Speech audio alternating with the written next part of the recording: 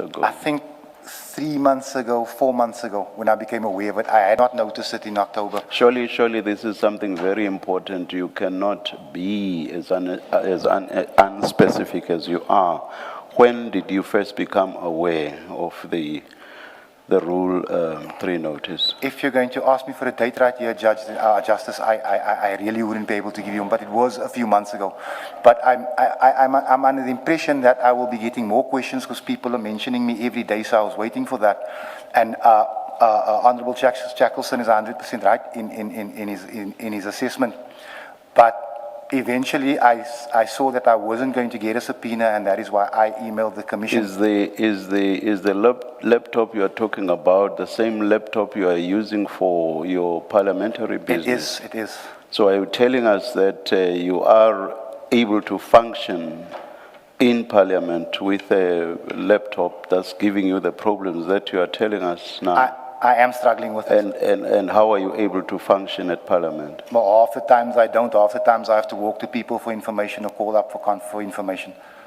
Don't you have IT people who can sort out your laptop? They do sort it out for me regularly. It works for a few days and then it just kicks in again. I find that very hard to believe, Mr. Adams. It can be confirmed by Parliament. I find that very hard to believe. I would too. That from October last year, it's only about 3 months back that you became aware that you got a Rule 3 notice from this commission. I find that very hard to believe. Are you telling us the truth? 100% Justice. And is this the case also with everything else you received from Parliament? From yes. October last year until about 3 months ago, you did not receive anything from Parliament? Justice Madlanga, I never said that. I'm saying that the laptop freezes on a daily basis, and therefore, if I may, whenever I take it out my bag, I normally have to go to IT. It will work for a day or two, and it will start again. So you say you never said what I just suggested to you now. If you did not get the Commission's Rule 3 notice from October until only about 3 months ago, that should be true of communications from Parliament as well. It's yes. on that basis that I've just said what I said to you now. Yes, Justice, that is what I'm agreeing with you. So from October, I thought you were saying that's not what you said. No, sorry.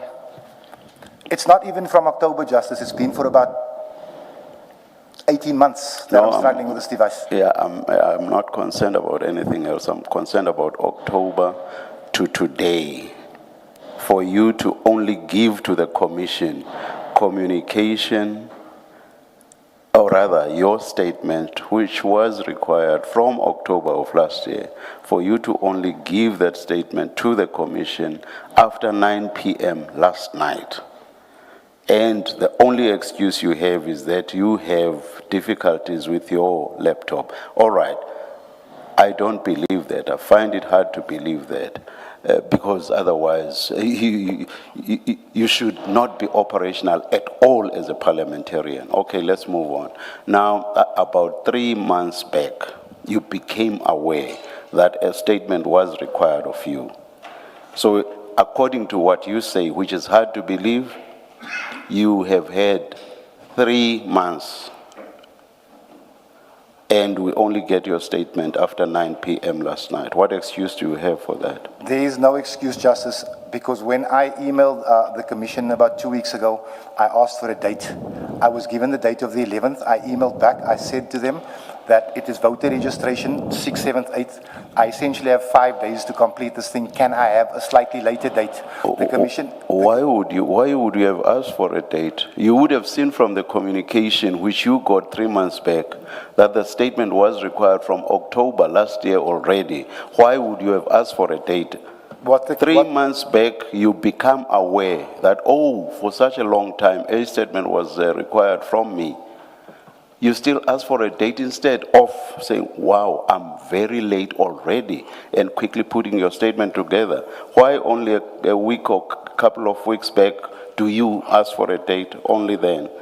The Commission asked me 3 questions, Judge, and I felt that I could offer much more than 3 questions, which is why I asked for a date. When the date was proposed on the 11th, I emailed back. I said, can I have just a little bit more time?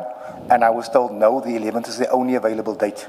I tried I moved heaven and earth. I sat up nights to conclude this thing. And I'm not saying that I'm doing that what I did was right.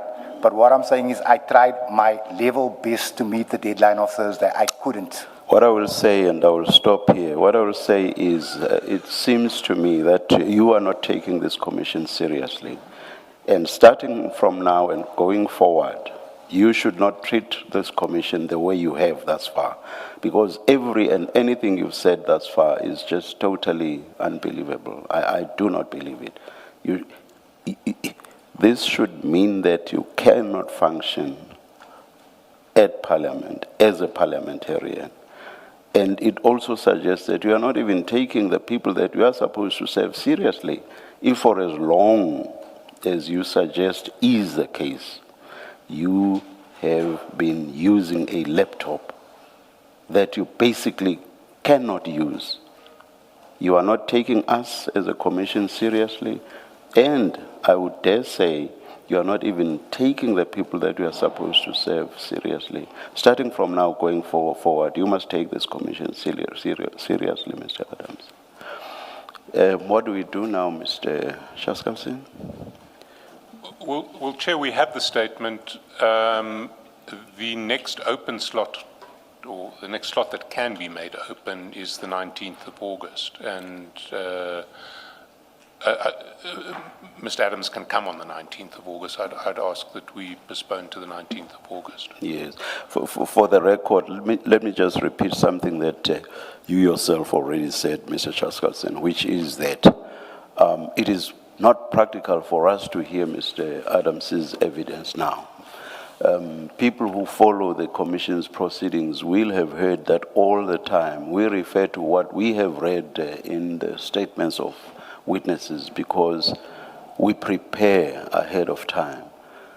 If a statement was given or furnished to the Commission after 9 p.m., there is no way that that statement would then be forwarded to us, commissioners, for us to prepare. That's true of the evidence leaders as well, actually, because they too need to prepare. So practically, it is not possible to hear Mr. Adams's evidence today. For that reason, as Mr. Shaskalson requests, the hearing of his testimony Mr. Adams's testimony must be postponed. 19 August, Chair. 19 August. Mr. Adams, the hearing of your testimony is postponed to 19 August 2026. You are excused until then. Thank you. Thank you.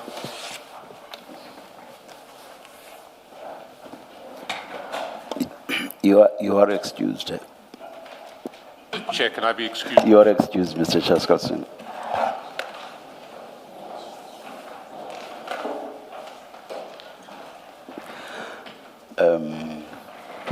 Yes. Let's have a short stand down. We'll hear from you when you are ready to. Thank you, Chair. Yeah. Let's adjourn.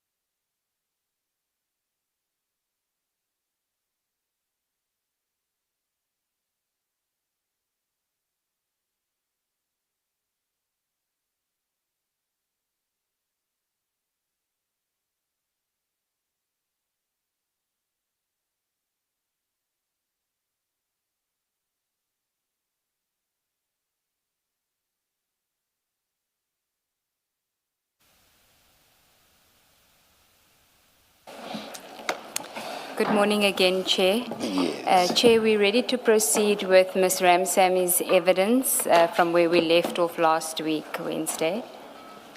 Good morning, Ms. Ramsamy. Morning, Chair. Morning, Commissioners. Please bear with me. I have a little bit of flu.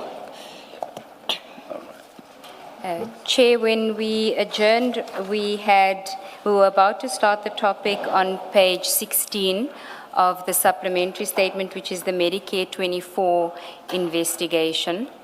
But I did indicate that the witness was going to provide additional documentation, and some of it does deal with topics that we've already covered. So we just want to address those topics, and when necessary to refer the commissioners to the relevant supporting documentation in support of her statements in her affidavit. The first, Chair, is regarding an issue that Ms. Ramsamy wants to clarify, which relates to the meeting of 22 January 2025, where the first meeting regarding Operation Diversion was discussed. And there was certain references to the National Commissioner not to inform the National Commissioner about the investigation, and in order for the National Commissioner to somehow be caught in a lie, and this was linked to the Portfolio Committee on Policing. And Ms. Ramsamy just wants to give some clarification on what it is that she's saying regarding that aspect, and also that her evidence is not that anyone within the parliamentary committee was complicit in some plan to catch the National Commissioner into lying to the Portfolio Committee. What she seeks to show the commissioners is that this is a discussion that was held within IDAC. It was, as far as she's aware, discussions that were exclusively amongst IDAC members. It may have been that some parliamentary members, Committee on Policing members, were involved in that, but she doesn't have evidence of that. She also wants to deal with the timeline to demonstrate or to just show the commissioners that when meetings were held regarding Mr. Ian Cameron specifically and certain information that he was going to give IDAC, the very next day his statement is filed and prepared by Mr. Brian Pariachi, who commissions the affidavit as well. So she just wants to put the facts before the commissioners, and whatever conclusions are drawn from that, she doesn't draw conclusions, but the timing of it is significant given that there is this discussion about catching the commissioner in a lie. There's discussion about minutes of meetings, and then Mr. Ian Cameron signs or submits an affidavit, commissions an affidavit on the 9th of April, where he refers to minutes of meetings and he refers to the National Commissioner having misled the parliamentary committee. That's really all that she wants to bring to the fore. And I want to assist her with that because of the documentation that she'll be referring to, and that we can deal with it methodically so that the picture can be fully put out. Because I think when she was dealing with it, she was talking about it within the context of the 2022 January meeting. She didn't really follow through on the thread of that specific topic, so she wants to deal with it now. Mr. Ramsamy, for that, can we go to, the first thing is about the meeting of 22 January 2025 and the ID initiating that meeting. We initially didn't have the email from the ID calling on that meeting. We do now have that, Chair, and that should be at file 10, page 419.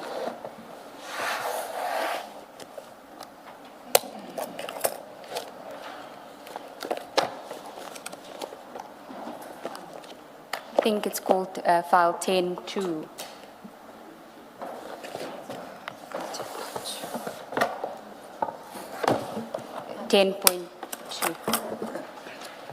Yes, file 10, part 2.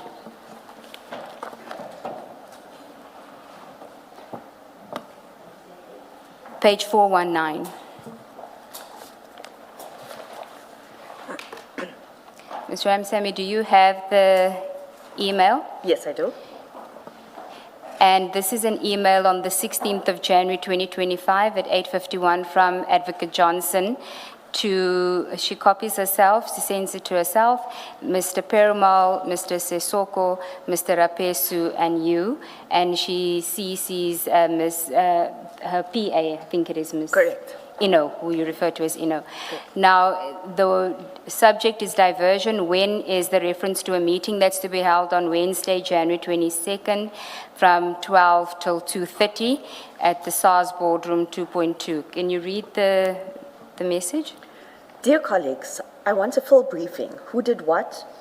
Who have you seen? What are you dealing with? Kindly prepare a presentation and make sure my office receives it no later than Monday, the 20th.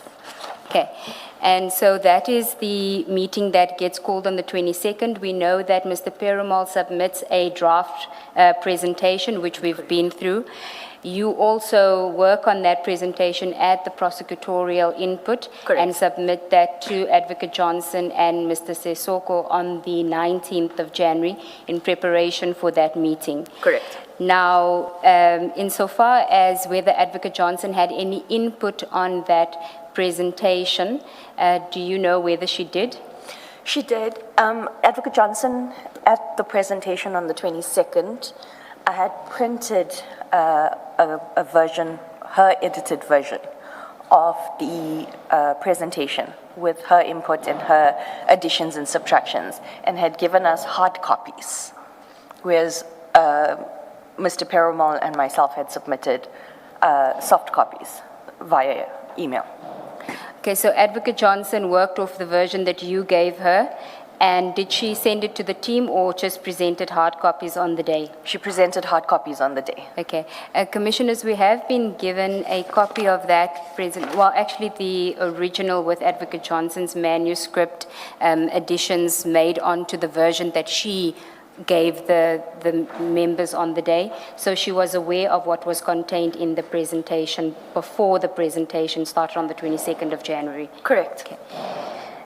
Now, you then testified about what happened in that meeting, and specifically in reference to file 11, page 5, which is a note by you about the National Commissioner, file 11, page 5, which is the handwritten notes.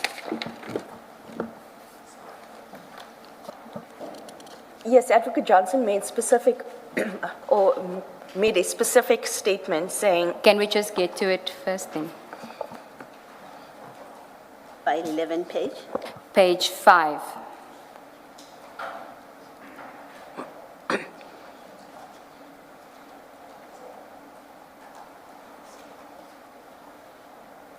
And that is the note.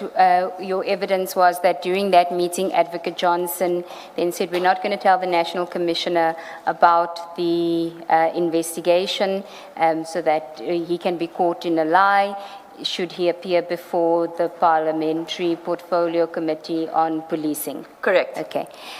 Now you So- later... And this is your note. Is it her note? No, I'm writing down what Advocate Johnson is saying in the meeting. Thank you. We'll come back to the reference to the IGI again later, but then later in your evidence, you also testified that there was a discussion between you and Mr. Perumal, and you said somewhere in February or March, where he mentioned that the National Commissioner will be appearing before the Portfolio Committee soon, and he'll commit perjury. Or something to that effect. Something to that effect, correct. It would have been either the 9th of February or the 28th of March. It was one of those two conversations. But in my recollection, I think it was closer towards April. So it would have been around the 28th of March, where the conversation was, he's going to lie and it's going to be a perjury charge at the Portfolio Committee, him being NASCOM. And just to be clear, that was a discussion not with Advocate Johnson, it was with you and Mr. Perumal. Correct. Okay. Commissioners, there is a reference to that evidence that the witness gave on the 5th of August on page 119 of the transcript, which I just had a look at. And what she says is, it's in response to Advocate Baloy's question about before you leave your note at page 5, did Advocate Johnson say why the National Commissioner should be left to lie? What was the plan, the idea behind let him go lie to Parliament, and then what? And then Ms. Ramsamy says, like I said in Statement 1, Commissioners, it looked and obviously became evident that there was a line of march, and that line of march was to get General Kumalo and General Masimola in an accused box. And so obviously, at some point, there was talk about if he lies at Portfolio Committee, and this was again well after. I think this is the February or March, and this was just between Yusei Pariachi and myself and Mr. Perumal, where if he lies, we can at least charge him for perjury.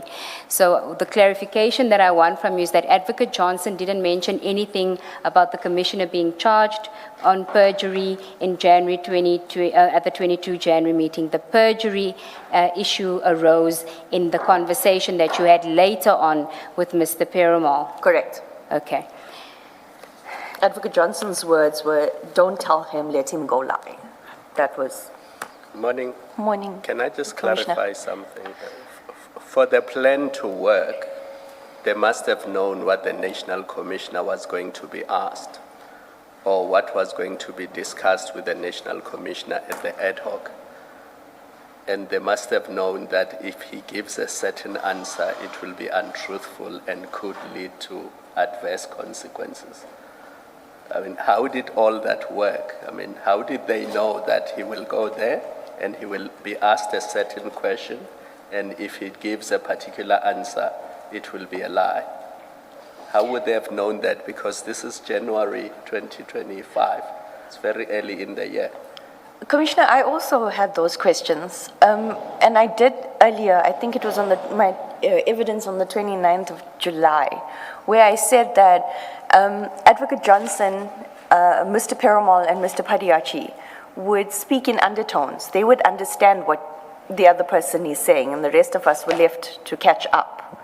So when I analyzed the January conversation or statement by Advocate Johnson, and then the later conversation with Mr. Perumal, and then the consultation or the meeting that took place between myself, Mr. Perumal, and Mr. Padiachi on the 8th of April, I then put through the link that there was communication between IDAC and the Portfolio Committee, or certain members of the Portfolio Committee. I'm not saying that I have concrete proof. I'm saying that it's the inference that I drew. Now, can we go then to file 11, page 16?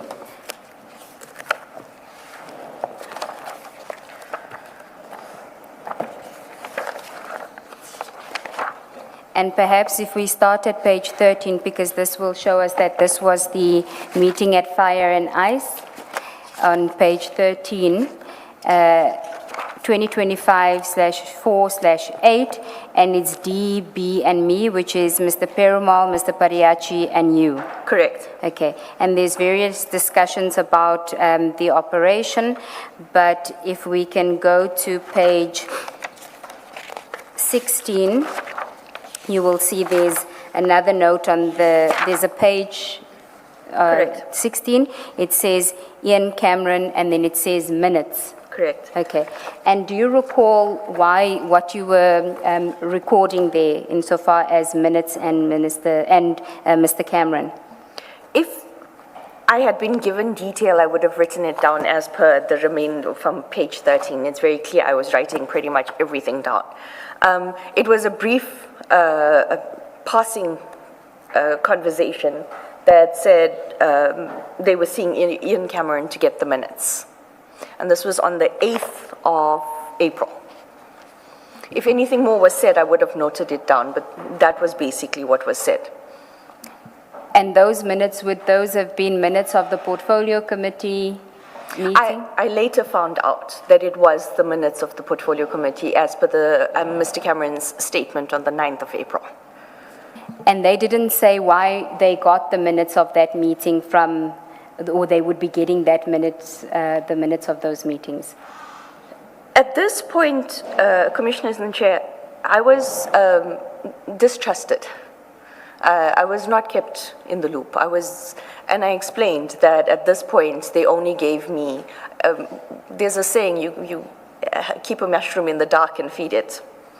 So it's basically, they were using me to enroll the Lushaba matter, and that was the purpose. And I read the WhatsApps on last week, where on the 5th of April, Mr. Perumal called me to say that this is an urgent meeting, it has to take place. And that is why I drove to Fire and Ice to have the meeting with him. So it's a possibility that they didn't even want me to know about this. It just happened, and it came out. And when you were asked about the meeting, or to attend a meeting on the 5th of April, the Portfolio Committee meeting had taken place on the 2nd of April. I did Google last week after testifying. Yes, it did take place on the 2nd of April.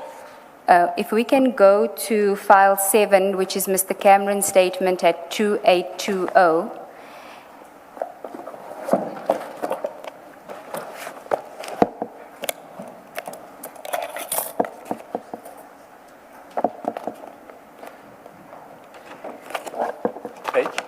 Page 2820. And while we're getting to that statement, do you know why Mr. Cameron prepared the statement as the A6? No, I do not. I also found it unnecessary and irrelevant. Do you know for which matter it was, for which case? If memory serves, it was in the, it was for the purposes of the Mokwele matter and for the arrest of what they called the Kumalo Masiamula matter. So and the then also the appointments Kumalo Madondo matter. So yes, the appointments. relating and the to vetting. crime intelligence appointments. Correct, and the vetting of those persons appointed. Can I just ask, do you know from those minutes whether the Mukwele, the vetting issues were discussed in that portfolio committee meeting? As the Because when you look at paragraph 10, he ventures that he believes they have lied, or that many Yes, they've lied. Do you know if there was such a discussion? To date, the prosecutors have not received those minutes. Oh. If I can refer you to paragraph 5 of the statement at 2820, that's where he mentions that as chairperson, I convened a portfolio committee meeting on Wednesday, 2025-0402, which would be 2 April 2025, online with members of the committee, senior managers from the Office of the Minister of Police and senior management of the SAPS, led by General S.F. Masimola. And then on the next page, 2821, paragraph 6, for ease of reference, I attach here to the audio recording, video recording, and minutes of the said meeting, which includes replies to questions posed by committee members and the replies thereto by SAP's senior management. Then, so he does say that he's attaching the video recording and minutes, but you say you haven't seen those minutes and you haven't seen a report? The investigators, Mr. Padiachi and Mr. Perumal, have not provided it to us. Okay, and you don't know if he did in fact provide it? I mean, it's referenced in his statement, but we don't know if he actually did provide it. No, I cannot confirm that he provided it. We know Mr. Padiachi took the statement in Cape Town on the 9th, so he would have presumably given it to him if he did. If it was provided, or it would be annexed to the statement? It should have been where it says paragraph 6, I annex here too. It should have been marked as an annexure too. And generally it would have been either in a sealed envelope or in an exhibit bag for it to be annexed to a statement. Can I just ask a process issue? When IDEC receives documents, such as a statement and annexures and any other document, is there not a system of recording what has been received and from whom? In all other projects, yes, there is a system in place. In all the other projects I've worked on, except for these two that I'm discussing. There is a system in place. Thank you. And then at paragraph 7, Mr. Cameron says, there have been several media press releases and on social digital platforms where allegations of corruption within the Crime Intelligence Division have surfaced.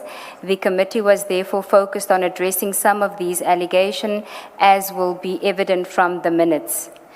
So again, there's a reference to the minutes. We know in your note on the 8th of April, there's a discussion about minutes from Mr. Ian Cameron. Correct.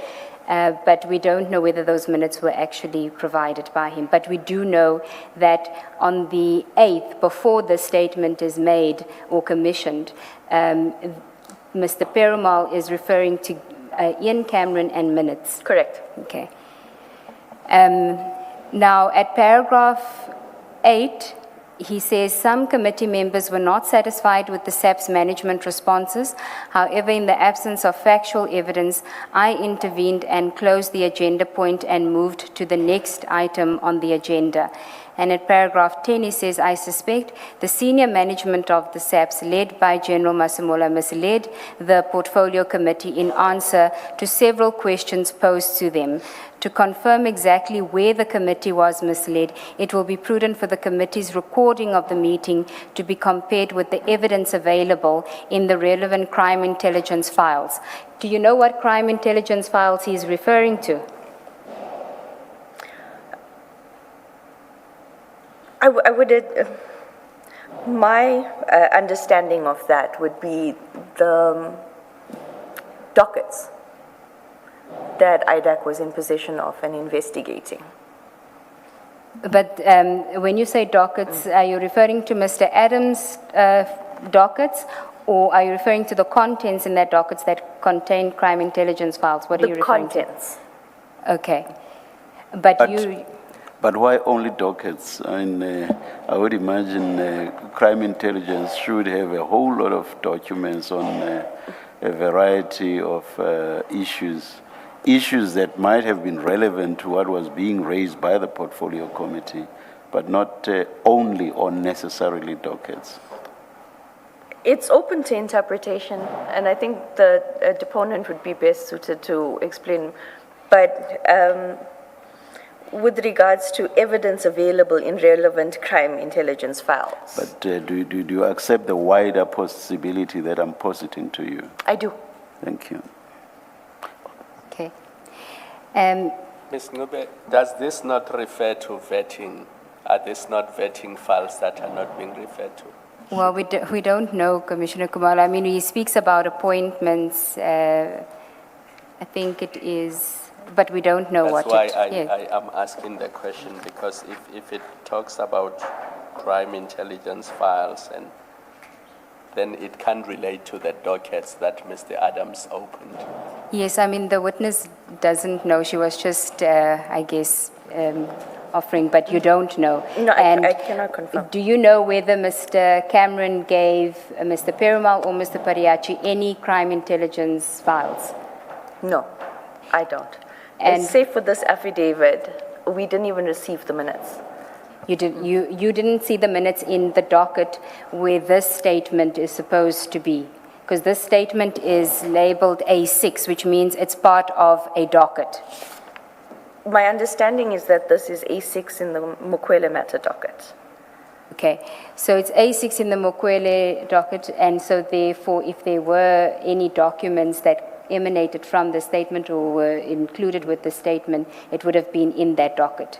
Correct. And you didn't see any crime intelligence files in the docket? No.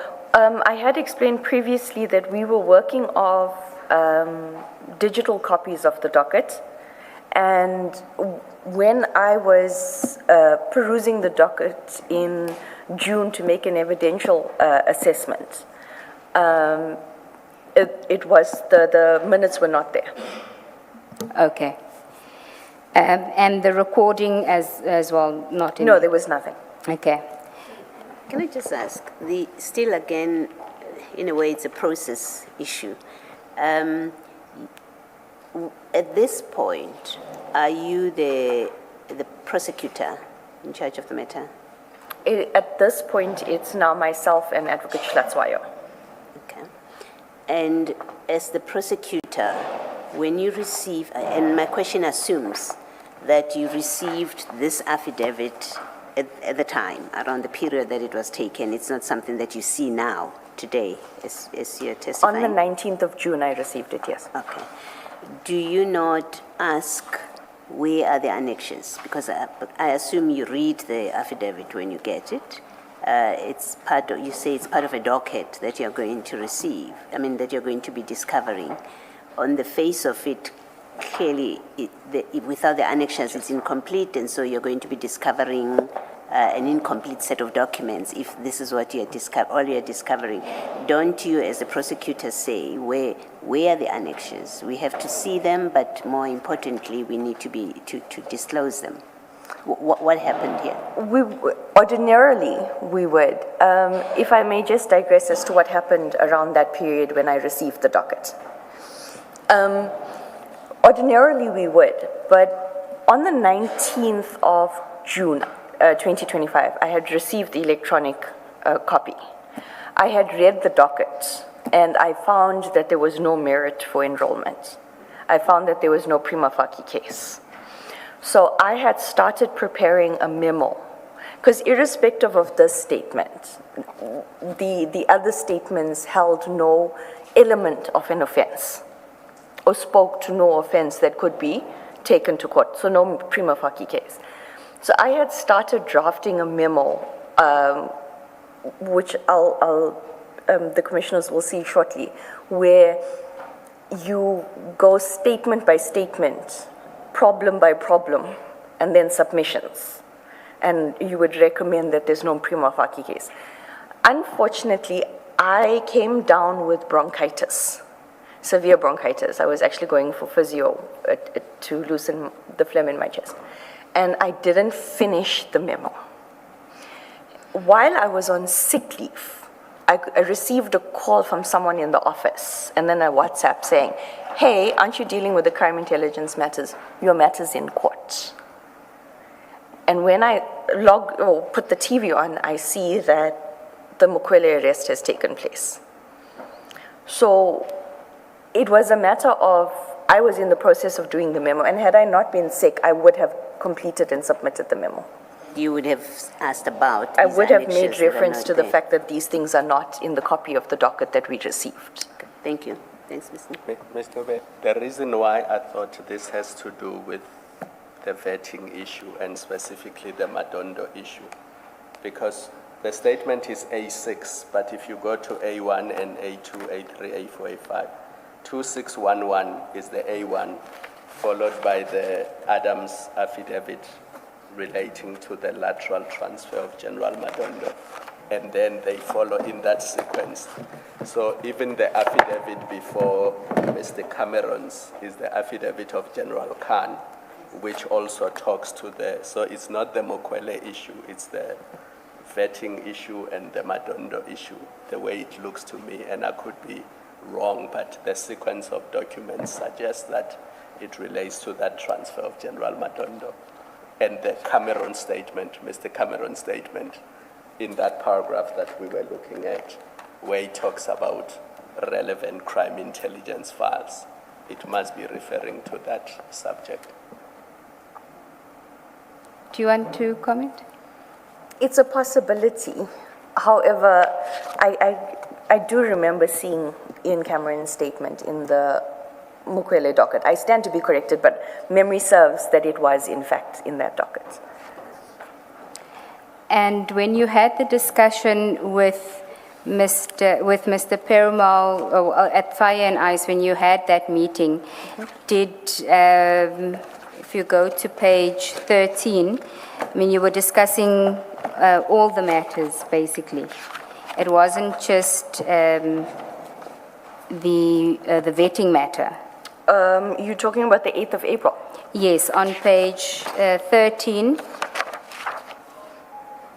If you look at the notes, it's predominantly the housebreaking matter. Okay. It's Lushaba's matter, predominantly, until such point as you reach page 16, where the Ian Cameron pops up. And was it, I mean, you weren't really involved in that process. One of your complaints was that you were not being included or being informed when consultations were being held with witnesses or any person related to these cases that you were involved in. Correct.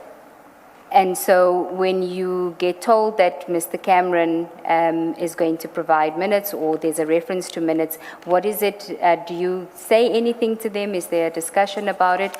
Are they mentioning that they're busy getting a statement from him? No, I didn't ask any questions because I could see that they were uncomfortable that the name was mentioned, and it stopped there. Okay, and then we know that on the 9th, when the statement is then prepared, there's the WhatsApp conversation where there's an indication that Mr. Cameron had submitted his affidavit, was busy with his affidavit. Correct. And that was from, it's a conversation between Mr. Perumal and Advocate Johnson, which he sends to you. Correct. Okay. Is there anything else you want to address on that issue related to Mr. Cameron's affidavit? Safe to say that I didn't say that he was part of the narrative or he had included himself in the narrative.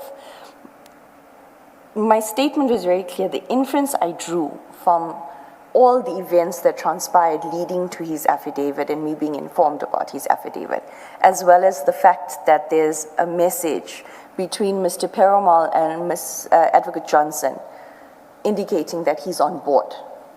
So the inference I drew was what I stated. Okay. Then can we move on to the next topic where we just have to close out? It's the Section 28(1) authorization on the Mokwele matter, which is where we finished off your evidence last week where you indicated that you didn't prepare that authorization. Following on that evidence, I had asked you to go and look at your emails to see if you had ever sent Advocate Johnson any Section 28(1) authorization in May. I think I asked you to look for that specific, whether in May you had sent a 28(1). We know that you sent the MADLANGA, the Medicare 24 Section 28(1) application. But I asked you specifically to go and look for the Mokwele or any crime intelligence matters, and you weren't able to find any emails. From May, no. Okay. And we then tried to establish where the date of the 30th of May could have come from, given that you had only sent the, what you refer to as the umbrella Section 28(1) application on the 3rd of June. Correct. And Commissioners, the witness had previously sent us the trail of emails between her and the project manager where he mentions the Section 28 authorizations, but she sent us the last email in the chain which wouldn't have an attachment. So we've asked her to send each email individually, and when she sent the first email, there were attachments, and we would like to deal with that now. And that is in file 10. If we can go to page 548. Part 2 or the old 10? Part 2. Part 2. 5? 10, yeah, 548, part 2. Thank you. File 10, part 2.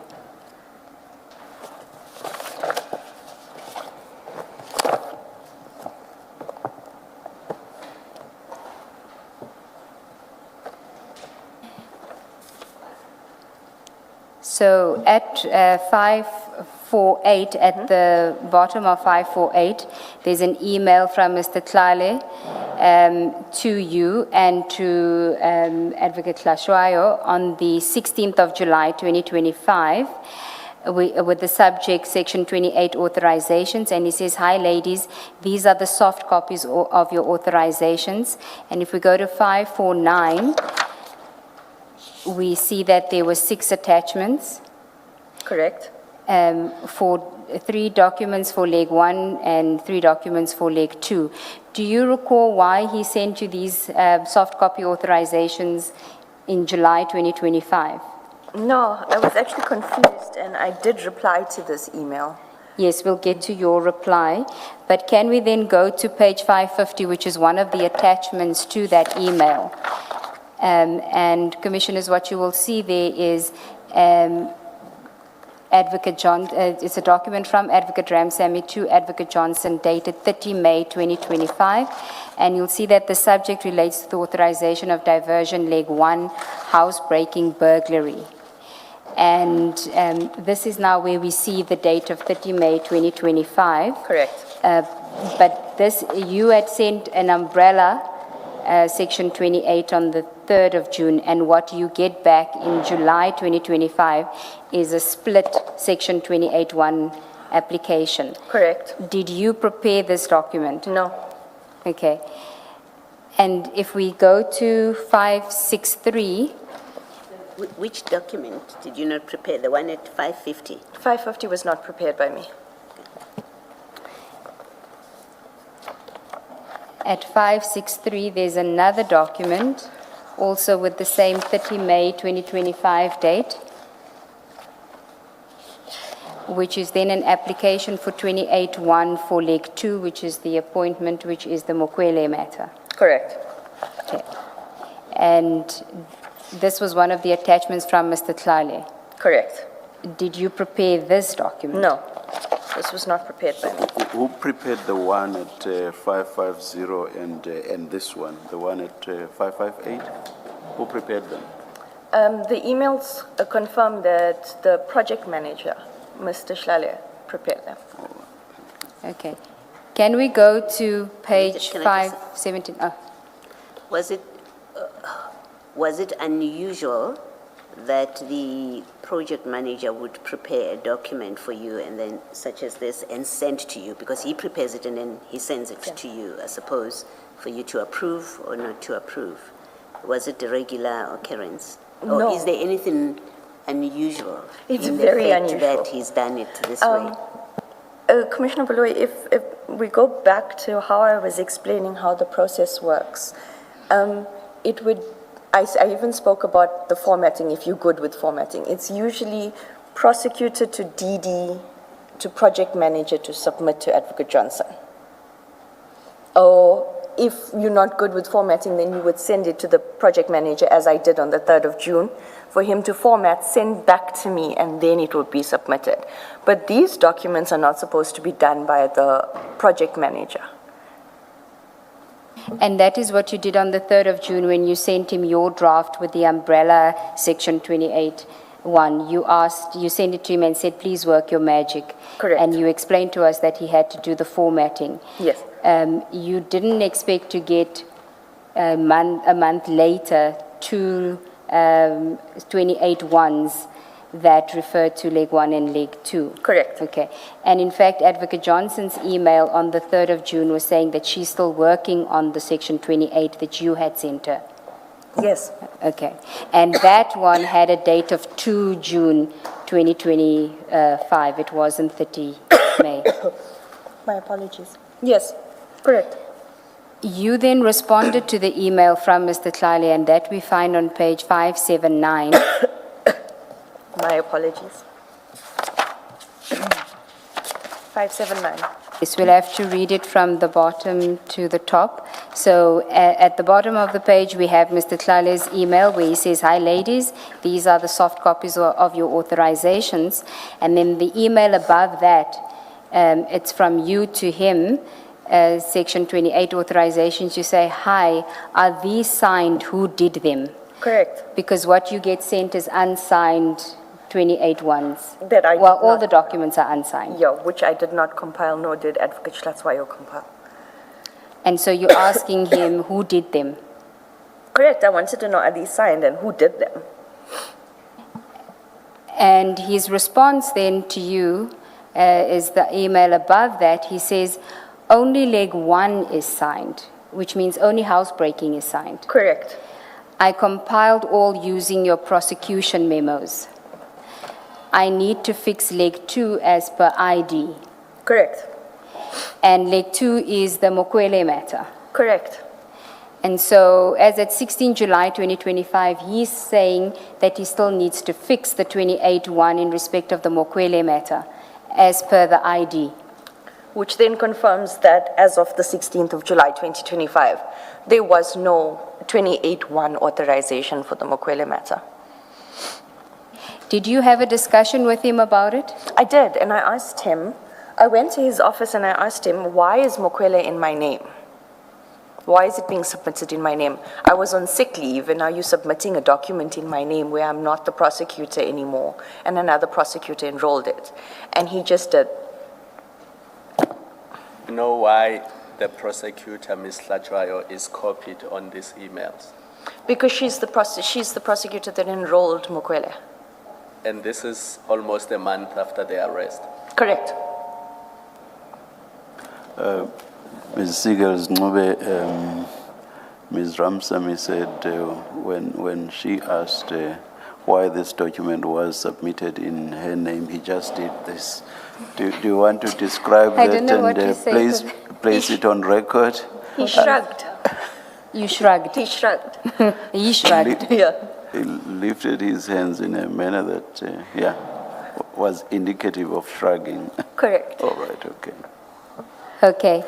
And have you, apart from what was flighted at the commission, which was the 30 May 2025 application and authorization signed by Advocate Johnson with a date 30 May 2025, have you ever seen a Section 28(1) authorization for the Mokwele matter other than the one that was displayed here?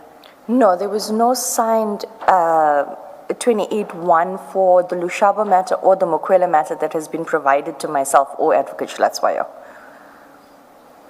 What was provided by Mr. Tlale sometime in November 2025 was the signed Section 28(2)A authorizations. Correct. For both matters. Correct. And those are dated? 8 August 2025, and a Section 28(2) is, in terms of the Act, it's sort of like a certificate that Advocate Johnson would sign to allow us to prosecute on behalf of the ID.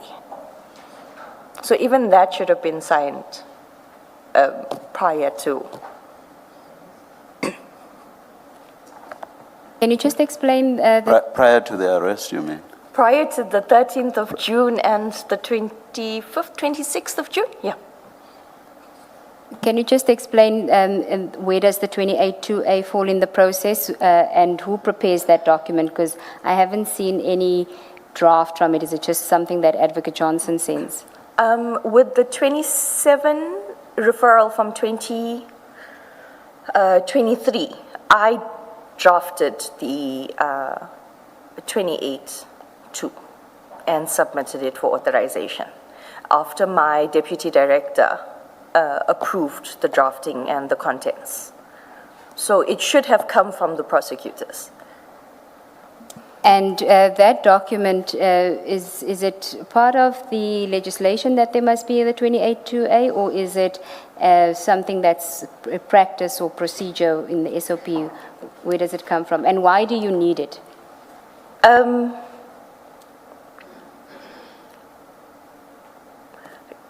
Sometimes Advocate Johnson would ask for it, sometimes not.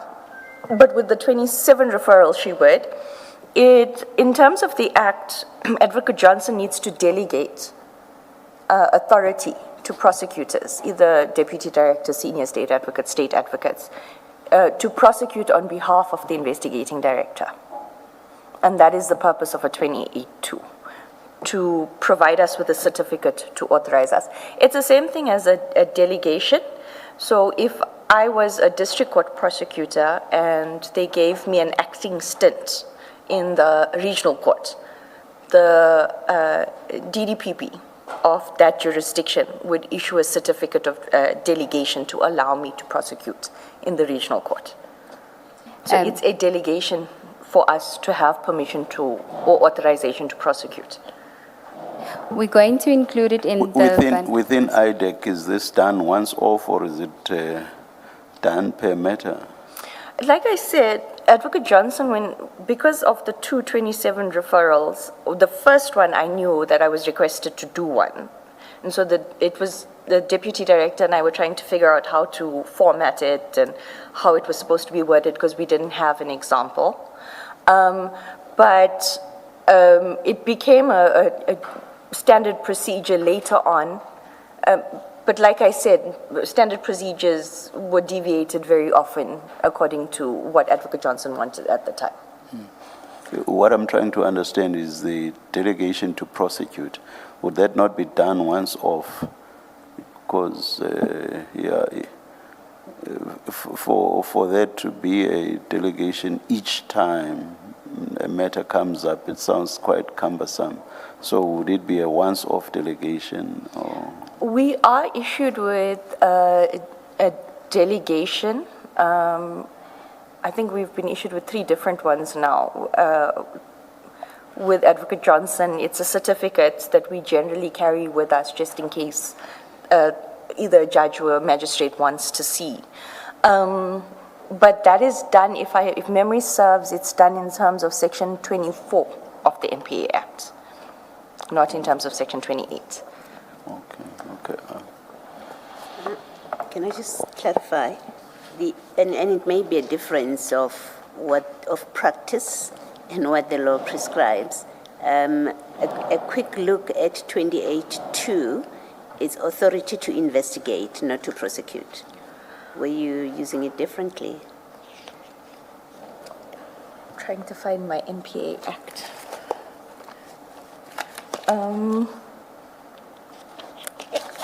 In our exhibit file, do we have the 28.2?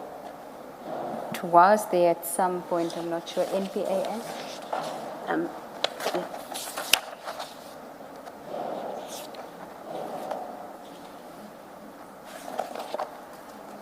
Have you found it? I see you are paging. Have you found the act? Section 20. No. Can we display it in front of you? You should be able to see it on the screen in front of you. We'll display. And whilst you are looking, in any event with regard to a delegation to prosecute, as I understand it, you and other prosecutors are part of the NPA anyway. So it would make much sense for there to be a new delegation to prosecute, as it were, if you already have a delegation to prosecute. But please respond directly to the question by Commissioner Baloyi.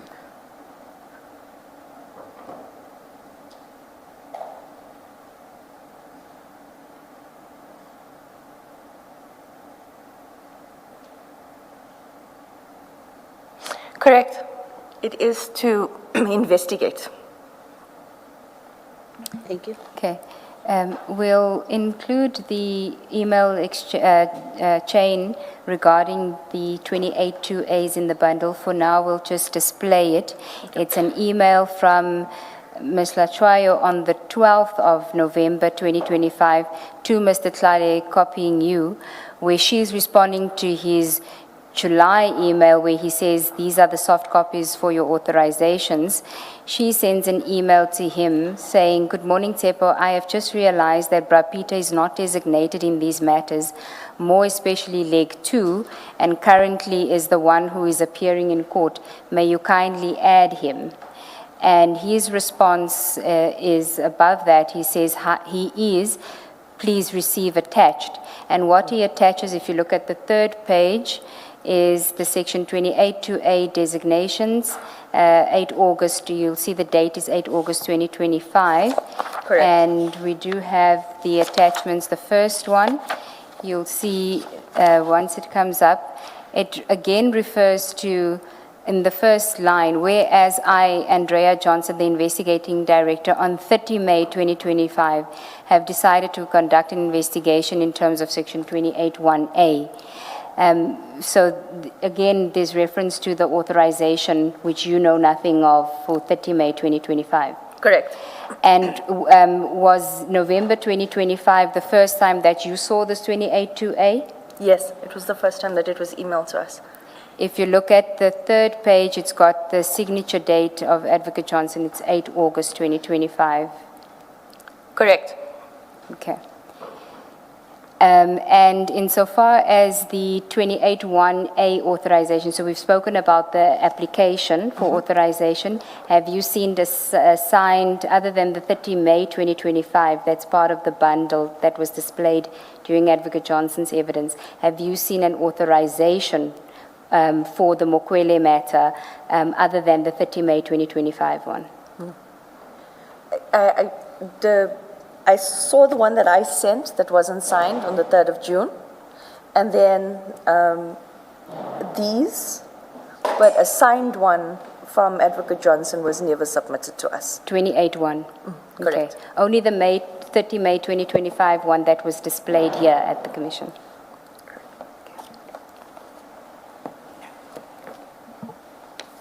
Now, then if we can move on to another topic insofar as the Mokwele matter is concerned, and this relates to the evidence of Advocate Serunye regarding the bail amendment and bail application, bail appeal proceedings from September 2025. Correct. Now, his evidence, insofar as we know that you were involved somewhat in that process, but you were no longer the prosecutor on the Mokwele matter, or were you still with Ms. Latshwayo? No, on the 8th of August, Advocate Johnson had separated us completely on the matters. However, with regards to the bail application, I was asked by Advocate Serunye to assist. Okay, and just to recap that Advocate Serunye gets involved in August. Correct, on the 8th of August. Well, yes. he was at the first appearance in June, but then his real involvement starts in August 2025. He then sends his trial preparation memo where he raises pertinent questions regarding the case. And your evidence was that when he got involved, there was a voice that you could now go and speak to somebody that would hear the complaints about what your assessment, you and Ms. Latshwayo, your assessment of the matters are concerned. Correct. And he seemed to hold the same views. Yes. We know that Mr. Perumal responded to his email, but you didn't respond to his email where he had raised all those questions. And you were copied in that email, you and Ms. Latshwayo. Can you tell us why you didn't respond? If the Commissioner and Chair would note the times of Mr. Advocate Serunye's emails, it was generally towards the latter part of the afternoon or evening. During the day, Advocate Hlatswayo and myself would sit with Advocate Serunye in his office, and we would dissect all of these things, and we would voice our concerns, and he even testified to the effect that they were not listening, the investigators were not listening to Advocate Hlatswayo and I. So that is why when I testified on the 29th of July, I said when Advocate Serunye started listening to us and taking these things up in writing and asking for answers, it gave us a sense of relief. With regards to the bail question, I was assisting due to Advocate Serunye's health, so we needed all hands on deck. But there are messages with regards to how that transpired. Yes, we'll get to those messages. I think the first event in that sequence is a meeting that was held on 1 September 2025, which we'll file in file 11, page 74.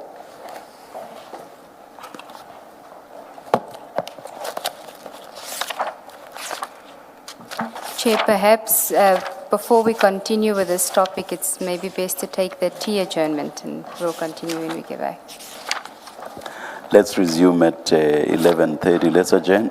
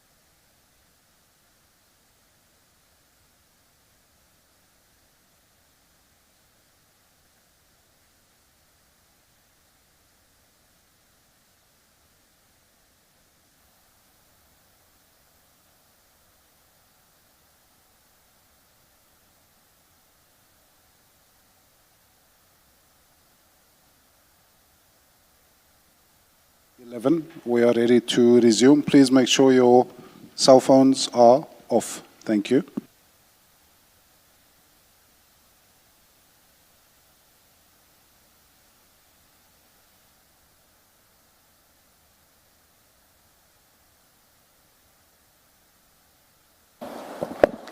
Thank you, Chair. Yes. Just before the adjournment, we were at page 74 of file 11, which was these are your notes of a meeting held on the 1st of September 2025, and I had asked you what was the purpose for this meeting. Advocate Johnson was unhappy with Advocate Serunye's questions and his emails and his questioning of whether these matters fell within IDAC's mandate. She was upset about the constant request for the 27 referral.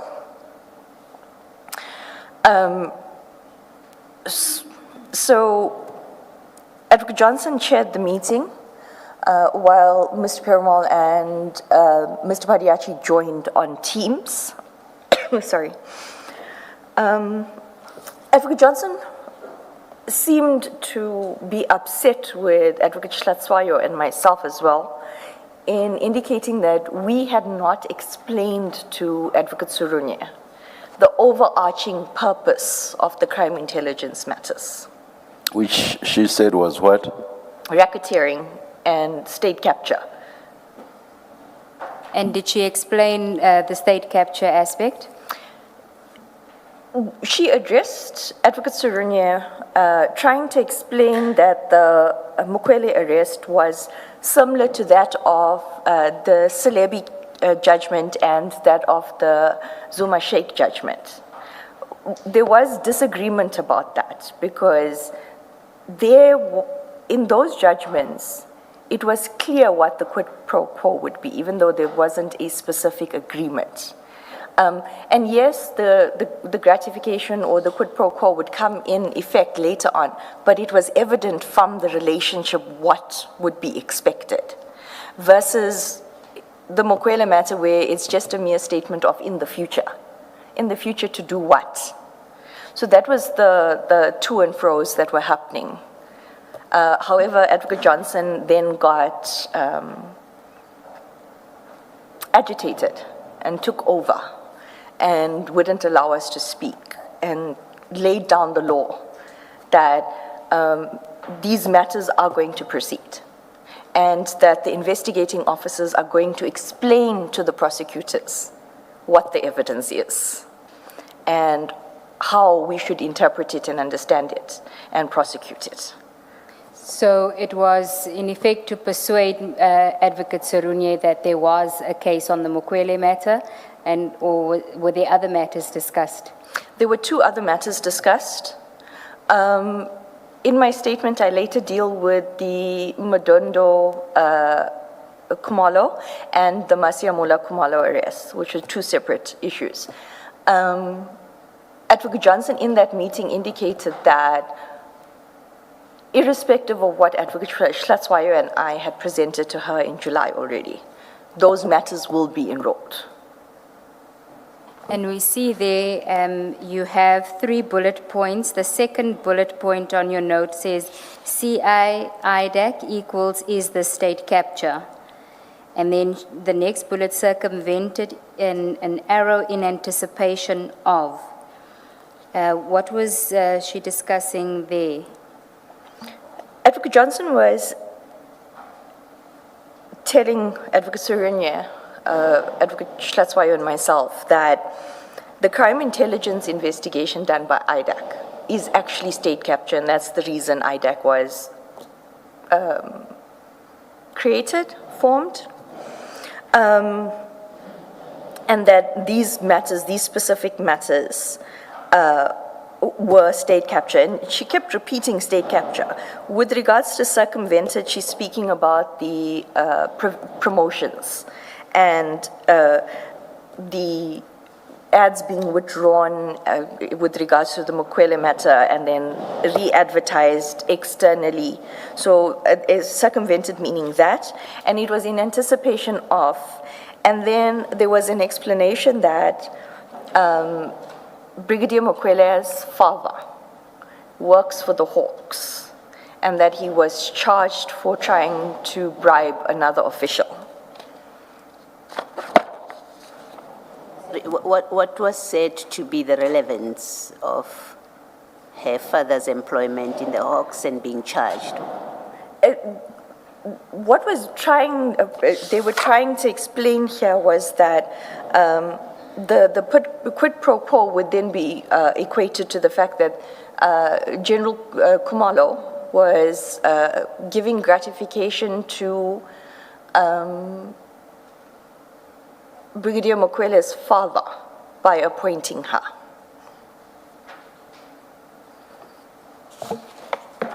And there's a reference to, it says, there's a docket that relates to her father, and then it says uncle and Labia. What is the reference to Labia? Is that General Labia? Yes,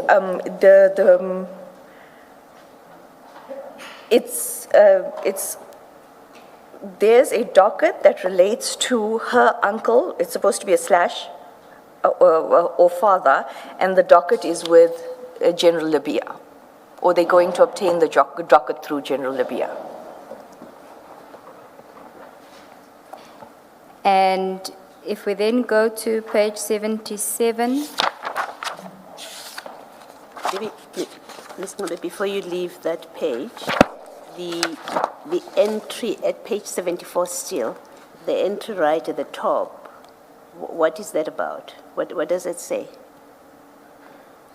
The first entry with the dot under Yes. the names, and we need to finalize the charge sheet, Khumalo matter.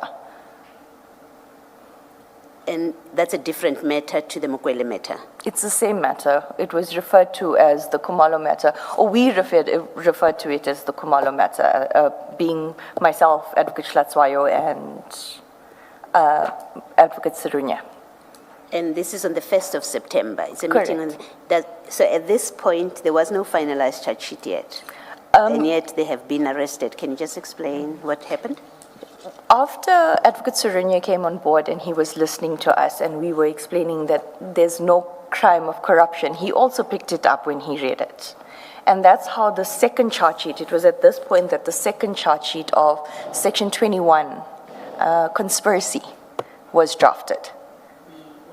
What Advocate Sirunya referred to as the amended charge sheet. Correct. Is that what you're referring to? Yes, correct. I see. Thank you. And on page 77, there's another entry in reference to the charge sheet. So at the bottom of the page, just before the arrow that says Mokwele's docket, it says, I can't see the first word, it says just have to beef up charge sheet in equal corruption. 77, We just have to. do you see it? Yes. Beef up charge sheet, equal corruption, Mokwele's docket. So part of the discussion here was to beef up the Mokwele charge sheet to the corruption charge in the Mokwele charge sheet. With regards to this conversation, it was more the investigators telling the prosecutors what evidence is there to beef up the charge sheets to prove corruption. Okay, and then if we, because we have dealt with this aspect quite extensively on these discussions, I want to go to a different aspect that was discussed at that meeting on page 80. Yes? Sort of towards the end of the page, there's a reference to IGI, page 45 to 75, part 2 report. Correct. What is that? Commissioner Beloy asked me a question last week about IGI, whether an IGI meeting took place. So in order for us to understand this paragraph, I need to explain the first meeting and then this. So in January, Mr. Sissoko arranged for a meeting at IGI. We had a meeting with Advocate J. Govender and another member of the IGI legal team.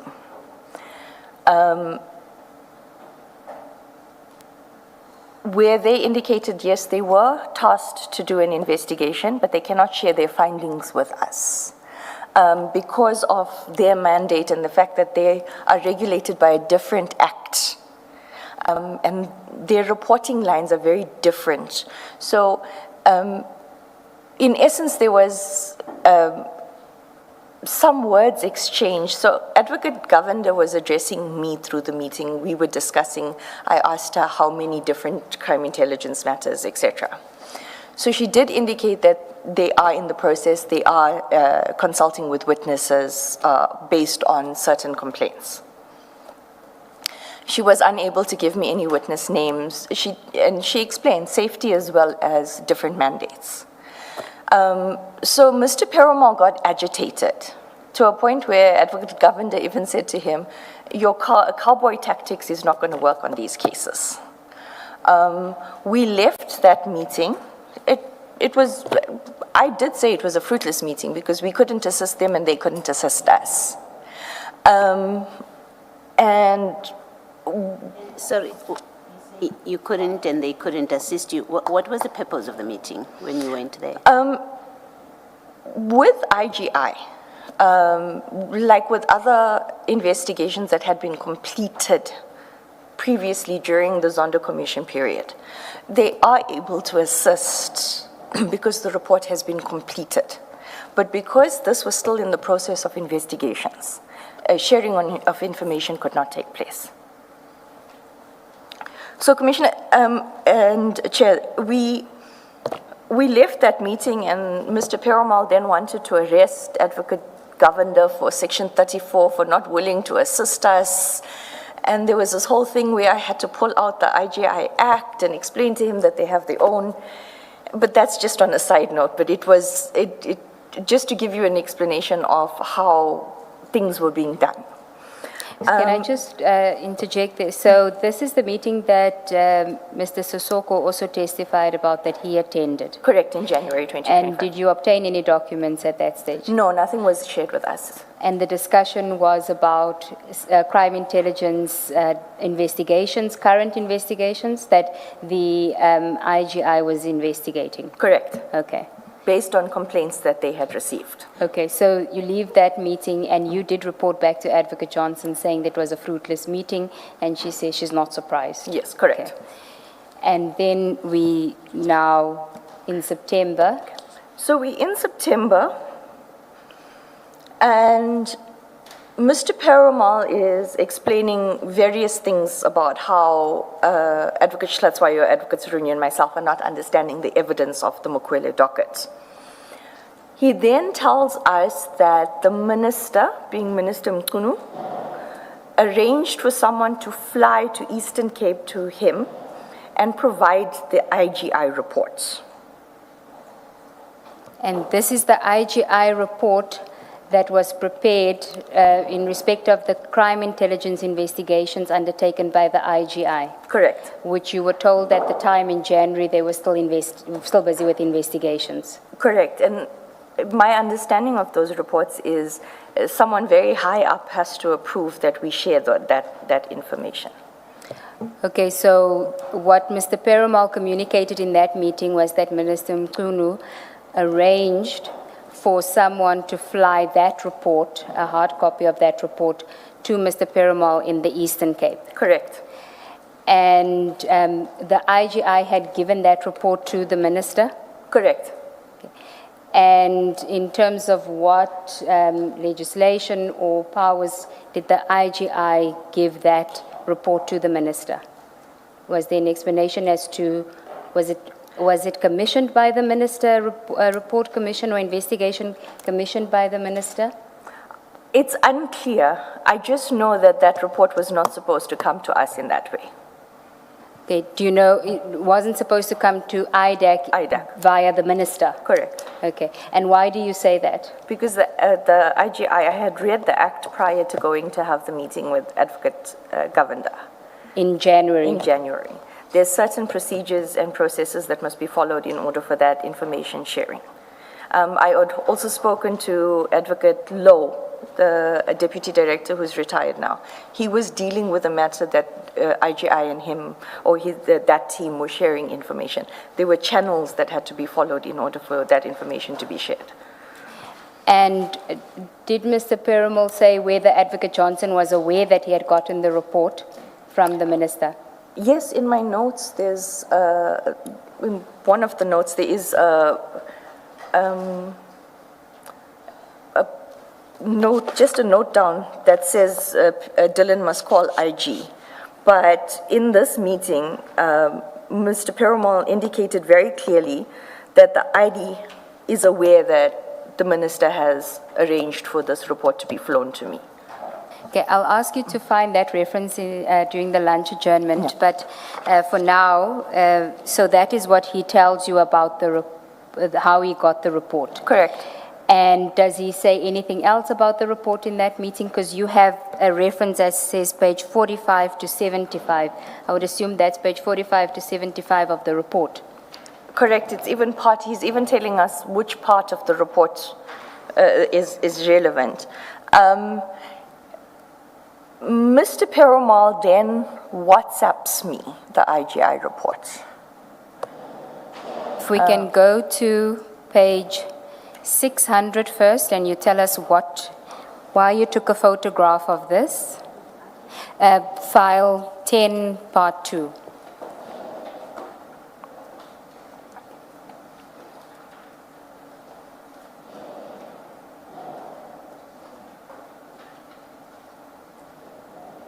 This is a photograph of a letter dated 2 April 2025, addressed to the minister. Correct. And it's on the letterhead of the Office of the Inspector General of Intelligence. Before you read the letter, can you tell us why you took a photo of this letter? I sent it to the evidence leaders to show that we are in possession of an IGI report and all the correspondence, or the correspondence that's attached to it. Okay, can you read the letter into the record, and then I'll ask, then we can go to the WhatsApp where you received the report. It's addressed to Minister E.S. Mkunu, MP, Honorable Minister of Police. Dear Minister Mkunu, investigations on matter of crime intelligence in terms of Section 7, subsection 7C of the Intelligence Services Oversight Act 1994, Act 40 of 1994, Oversight Act. Our correspondence dated 24 March 2024 regarding the above subject matter refers. Just That to, date I think must it be should be 25. 2025, yes. But it's not, you're not the author, I'm not the but it author. makes sense that it be 2025. Continue. In said correspondence, we appraised the Minister on the progress made in respect of the investigation and the outstanding interviews with specific officials from Crime Intelligence Division of the South African Police Services, SAPS-CI. We were advised on the 27th of March 2025 from the Chief Financial Officer, CFO of SAPS-CI would not be available for an interview on the scheduled date due to prior planned leave, and would be available on the 8th of April 2025. Based on the foregoing, we are unable to meet our envisaged date of 4 April 2025 to conclude this investigation without the critical contribution of the above-mentioned official. And who was the official, the CFO, that was being referred to? It would be Mr. Lushaba. Where is the rest of the letter? I I have brought the documents. Chair, the witness brought the document this morning with the report. We still need to discuss with the NPA releasing allowing us to use the report. It's the first time anyone has had sight of the report, and she brought hard copies. She didn't send an electronic version. She had received it via WhatsApp as well. This was just the photograph that she had taken initially to show us that she does have it. But she's brought it this morning with her. We will then deal with the I think there's a page 2 which has the signature and Yes, a short correct. note, so we'll deal with it then during the So lunch adjournment. The report is the letter. We have this is the covering letter, and there is a 77-page report. I'm asking about the letter. The letter is incomplete. Yes, there's a second page, so she just took a photo of the first page, but she's brought the covering letter with both pages and the report itself. Okay. Yes.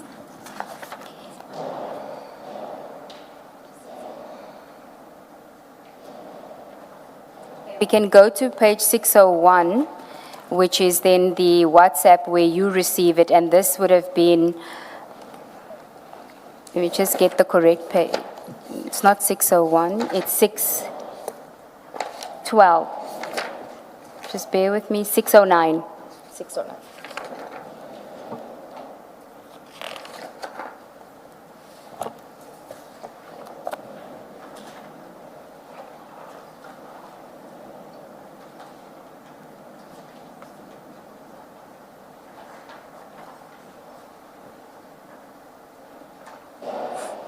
Chair.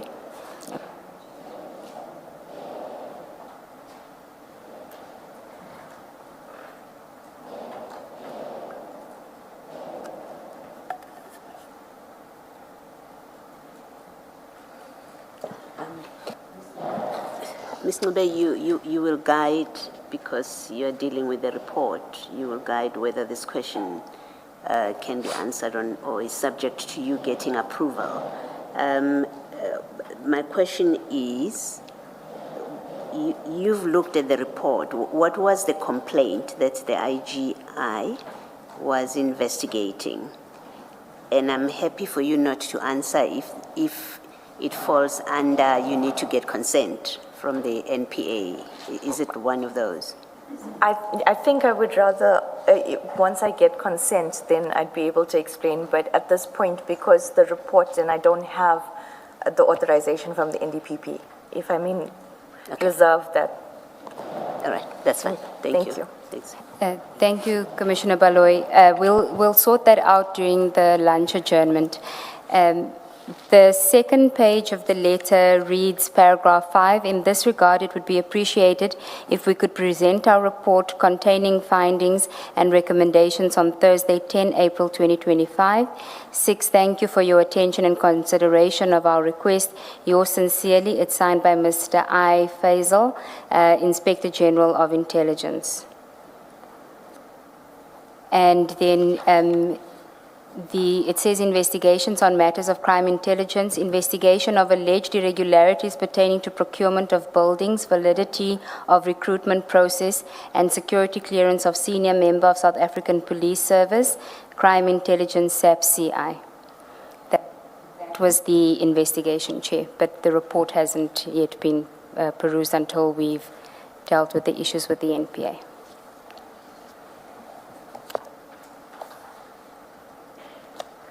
So if we can then go to page 609, this is where you receive, this is after the meeting of 1 September where Mr. Perumal tells you how he got the report. And we can see 2 September, this is from him to you at 14:51, IGI report PDF, 77 pages. We can confirm that the covering letter is 2 pages and the report is 75 pages. Correct. Okay. Now, back to that meeting. He references page 45 to 75, and he must have then had a discussion with you as to what 45 to 75 contains, what it deals with. It dealt with the appointments and vetting aspects, yeah. In respect of the matters that IDAC was also investigating? Portions, yes. A portion, so more than what IDAC was investigating, or was IDAC investigating more than what the IG was investigating?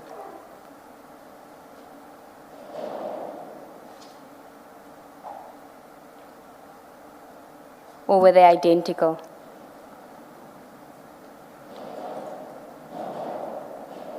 I can't pinpoint exactly how, but I do remember that Advocate Sarunia, myself, and Advocate Schlatzweiler read the report, and Advocate Sarunia also sent an email based on it saying, I read the IGI report and it takes us no further. And insofar as the IGI report is concerned, we know now that Mr. Perumal gets it through the Office of the Minister. Correct. And you say that you know that IDAC is not supposed to get it that way. How were you going to use the report if it was beneficial or if it was corroborative of IDAC's investigation? Was there a discussion about that?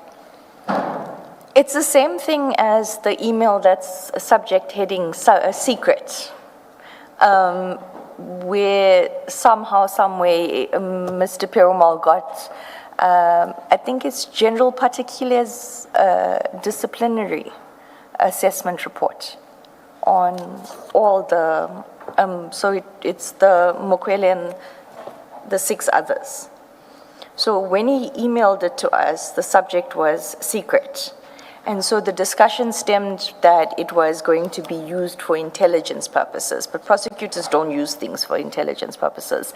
And I think that's also what stemmed Advocate Sarunia's email saying it takes this case no further. But when he was discussing the report, because you hadn't seen it at that stage, but he was discussing it, was Mr. Perumal saying that it is supportive of IDAC's investigation and the charges that you were pursuing against the crime intelligence officials? His words were, it's golden. Okay. So, yeah. It was in support of. Do you know if Advocate Sarunia also got the IG report? Yeah, what happened was when, because Advocate Sarunia doesn't like WhatsApp, so it was WhatsApp to me and then printed. So we printed 3 copies for the 3 advocates to work off. Okay, and so after he then perused that, he said doesn't take the matter any further? It takes the case no further, yes. Okay. Then I'd like to move on to... Maybe before you move off this, you say in the past you have had cooperation with the IGI office in other matters. Correct. Ordinarily, what is the process for you to get that cooperation and to get their reports? It must for be your finalized. people? How does it work? The report must be finalized. Yes. And then it must be given to the authority that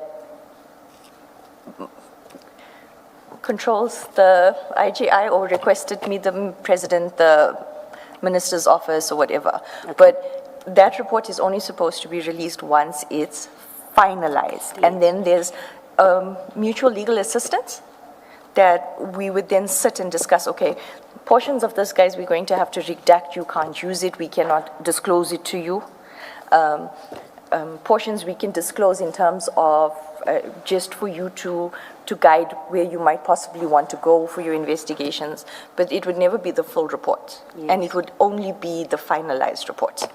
So just to make sure that I understand, in the normal course, this report that you end up getting by WhatsApp, you say in normal proper course, it would have come from the IGI to whoever is the authority that the IGI reports to, be it the president or the minister responsible for the IGI.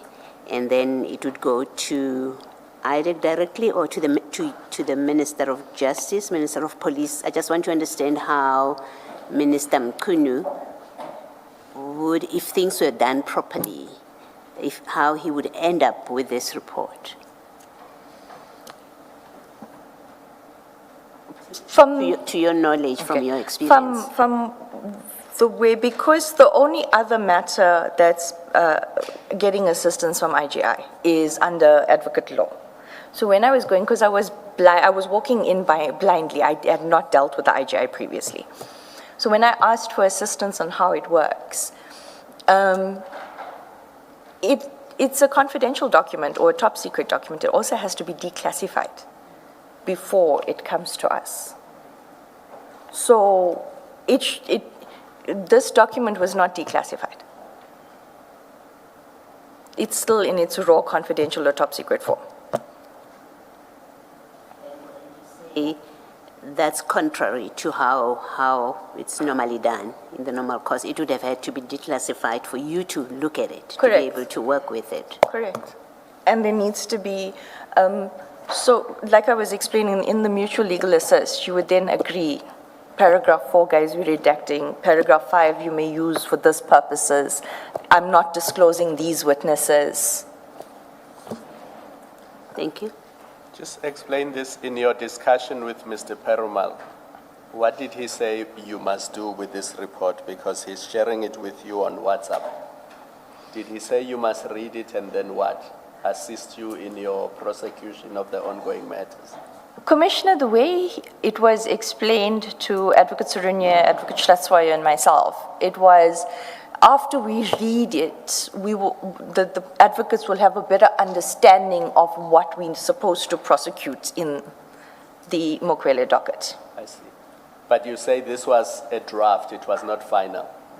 Or it had not been sent to the relevant people who were supposed to get it, whether they are a minister or a relevant body? All I know is that the minister sent the reports that IGI refused to give us to Mr. Perumal. And in terms of the act and the mutual legal assistance that we usually, it's not proper procedure. Thank you. And it's being shared on WhatsApp. Did I hear you to say the minister gave it to somebody who went and delivered it to Mr. Perumal? Mr. Perumal's words during the meeting on the first and then repeated on the second was that the minister made arrangements for someone to fly with the report to meet him in Eastern Cape or East London to hand the report to him. Okay. Thank you. Thank you. I now want to deal with the bail amendment and the application, the bail appeal on the Section Mokwele 63. matter. Yes. So when Advocate Surunya gave evidence, he explained that he was involved in that process. You were also involved in that process. What we want to understand was what was Advocate Johnson's involvement in that process and the decision-making by Advocate Johnson during that process. Now, we know that there was an application by the accused to amend the bail conditions insofar as, particularly the one that we're interested in, is the bail condition that they were not to enter into any crime intelligence offices throughout the country. Correct. That formed part of a bail application in terms of Section 63. Correct. And you had a discussion with Advocate Johnson about that application? So Advocate Johnson was on the phone or Teams comms with Mr. Beluchin, Mr. Padiachi, and Mr. Perumal. And I was contacted by Advocate Johnson's PA that I must come in urgently. They were also looking for Advocate Schlatzweiler, but it was lunchtime, and I think I was the only one in the office at the time, of the three of us. So when I got there, I stood at the door of Advocate Johnson's office, and she instructed that we must oppose the Section 63. And that we must start drafting. And then few minutes, I think it was maybe half an hour later, she sent a WhatsApp to me saying. Can we that- go to that WhatsApp, Yes, please. page 610 of file 10, part 2?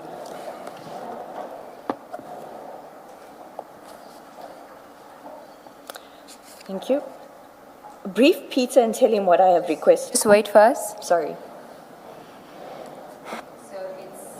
610, 9 September 2025, the message from Advocate Johnson at 1:11.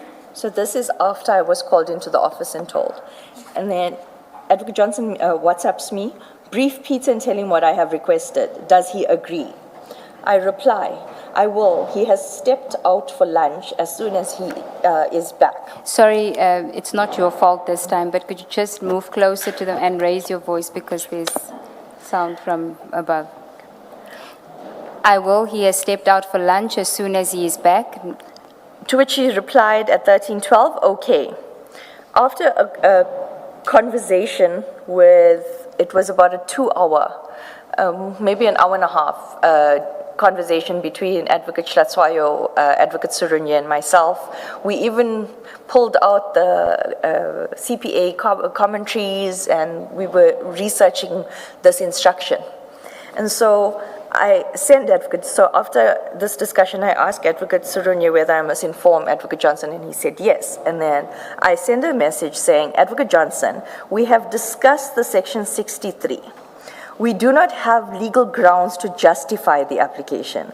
We have done reading on CPA and commentary based on the current circumstances. Her reply is noted. When you say we don't have legal grounds to justify the application, do you mean your opposition to the application? Correct. Okay. So she says noted, and then what happens thereafter? On the 11th, my apologies. On the 11th of September, because Advocate Johnson, because Advocate Surunya doesn't have WhatsApp, on the 11th of September, Advocate Johnson sends me a message at 19:18 evening. I want to see you, Peter, and Joy in my office tomorrow at 8:30 a.m. Peter doesn't have WhatsApp, so I can't message him. I reply, evening, Advocate Johnson, noted, I will call him and advise him. She says, thanks. Then page 611 deals with a different aspect where you're telling her about the Lushaba bail conditions, right? And she's telling you that Advocate Mshololo must go through Peter and all of that. Correct, yes. At the bottom of that page 611, she says, why is she asking you? She must ask a client. And then you says, but we will discuss in the morning. This is in the morning because she's asked to meet with you, At 8:30. Mr. Sarunya and Advocate Lachwayo in the morning. Correct. Then at 6:12, you can continue there. This is still the evening of the 12th at the top. Noted, thank you. I have spoken to Advocate Surunya and informed him. And this is in reference to the, Advocate Mshololo, that you say, I've spoken to Advocate Surunya and informed him. Correct. Okay. So then on the 13th, On the 13th at 16:48, Advocate Johnson sends me a message, Droof. I have read the supplementary prepared by Brian. It's very good. I expect all prosecutors to meet tomorrow and make sure everything is sorted and that arguments are ready. Kindly inform Peter and Joy. I know it's Sunday and I will give each of you time off for putting in time tomorrow. I will also try and come to the office to see how things are going. I reply, afternoon, Advocate Johnson, I will inform both and request that I join either via Teams or WhatsApp. I had my mom for the weekend. okay, then you say, she says, sorry to hear, let them do a Teams meeting because all three need to be on the same page, please. Thank you. Correct. Is this still about the bail or this is Lushaba now? At 6:12. So the messages that Advocate Johnson was sending were about the Section 63, us opposing the Section 63. But in that time, Advocate Mshololo had contacted me and asked for Mr. Lushaba's bail conditions for the second matter, the Mokwele matter. So because Advocate Johnson doesn't allow us to speak to the attorneys on these matters without informing her, I had screen grab and sent it to her. But the meeting that she called for was for the bail amendment application that she wanted to meet with you, the three of you, and you had expressed the view that there was no legal grounds in respect of the application. She then wanted to meet anyway, and at that she wanted, based on the affidavit of Mr. Pariachi, she wanted the prosecution team to oppose the application. Correct. Okay, and then did you meet on the 14th, Sunday, the 14th of September? I joined on Teams, so did Mr. Perumal, Mr. Padiachi, Advocate Surunya, and Advocate Schlatzwayo met at the boardroom in VGM, our head office. And Advocate Johnson was part of that meeting? She did not attend. Okay, so she wanted the three of you to prepare the application or to prepare the opposition to the amendment application? Correct. Okay. And you had to do that based on Mr. Pariachi's supplementary? If I may just explain what was happening at that time. If the commissioners will remember, Chair, the bail application for Mr. Lushaba was postponed to the following week because of the magistrate indicated it was the Schedule 6, and because the affidavit said Schedule 5, there was basically no application before him. So the following week, Advocate Schlatzwayo and myself attended to the bail application of Mr. Lushaba. It was before another magistrate. When Advocate Schlatzwayo read into record all the bail conditions that were imposed on the other 6, the magistrate had said specifically, I am not going to jump onto that boat. In essence, what that magistrate did was suspend the 6 accused prior to the employee even being involved. And so he refused to grant that. And when it was reported to Advocate Johnson and Mr. Perumal and Mr. Padiachi, Advocate Schlatzwayo and I were hauled over the coals because according to them we should have insisted it was. So it was at that point that I spoke up saying, but the magistrate is right. And later on, even with the discussions, I did indicate earlier I was voted off the team because I bared the view that we cannot go and oppose this application. My argument was that the magistrate made the ruling. The state can say that they're leaving it in the hands of the court. You're saying for the Lushaba bail matter, the second magistrate refused to put the same condition that applied to the other accused the previous week, that they cannot go to the crime intelligence offices. Correct, correct. And if I may just elaborate on that. When Mr. Lushaba did in fact go back to his office, there was great panic amongst Mr. Perumal, Advocate Johnson, and Mr. Padiachi, to a point where they even wanted me to do a Section 63 application against Mr. Lushaba in the housebreaking matter, and I refused. So, I said, on what basis? It's a Valeria docket. There's no witnesses from there. So on what basis are you supposed to do a Section 63 to prevent him from going to the office? I think then the question Advocate Baloyi was asking, this Section 63 that you were referring to was a Section 63 that IDEC wanted to bring. It was not the Section 63 relating to the parties in the earlier Mokwele bail. With regards to the messages? Yes. No, at that point, Advocate Surunya, Advocate Schlatzwayo, and I were not going to oppose the application in terms of Section 63 to relax the bail conditions in terms of Ms. Mokwele, Ms. Ngube, Mr. Kumalo, and Mr. Lekalakala, and one other, I can't remember who. And Advocate Johnson had instructed that it must happen. So in that conversation, she wanted me to take the instructions and discuss it with Advocate Surunye. We said there's no basis. 2 days later, we're getting an instruction based on Mr. Padiachi's affidavit, which is very good. We are opposing. What Commissioner Kumalo wants to clarify is the Lushaba matter. Now you're in Lushaba. This Lushaba that you're talking about, it still relates to the Mukwele matter because Correct. his bail was not heard. Correct. So you go back another week for now just Lushaba. And Correct. that magistrate said, I'm not imposing those conditions. Correct. That were imposed on the other 5. Correct. He in essence said that it's a violation of the employer's right to deal with disciplinary the way they see fit. And then you go on to say that following that Lushaba appearance and refusal of the magistrate, General Lushaba went back to the office and there was panic on your people's side.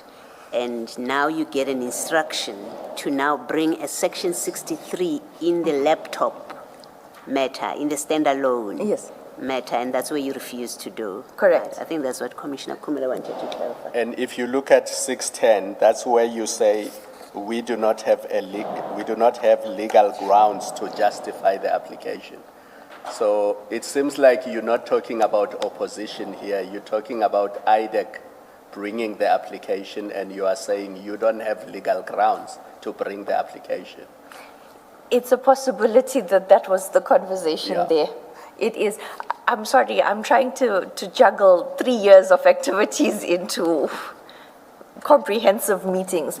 But I agree with Commissioner that it looks like that on the 9th, the instruction to bring the application on the standalone Yes. against Lushaba was the instruction at that point. And we said there was no legal grounds, correct? Yes, thank you. So that is why I'm asking the supplementary affidavit prepared by Mr. Padiachi. What was that referring to? That That's was on in- 612.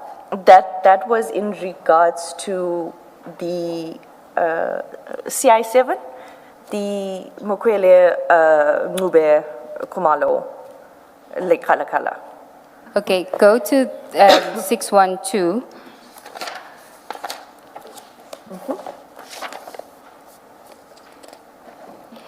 So on 612, when Advocate Johnson says, I have read the supplementary prepared by Brian, it is very good. I expect all the prosecutors to meet tomorrow and make sure everything is sorted and that the arguments are ready. What was this for? Was this for the amendment on the Lushaba matter, or was it to oppose the CI7 application to amend their bail This conditions? is to oppose. The Was it CI7. happening at the same time? Yes, because Mr. Lushaba went back to work or to the office around that time. So they were trying to use one case and bail conditions in the one case to fix what they considered was an error by the magistrate in the second case. Okay, yes, it seems that you are correct. Advocate Poe says to me that that was in line with Advocate Sarunya's evidence as well. So Advocate Johnson's instruction to you initially, that message was to bring the 63 application in respect of the Lushaba matter, but when she says you must, on the 13th, that she's read the supplementary, that relates to the CI7. Correct. Okay. And so you meet and prepare which application then? So what are you preparing on the 14th of September?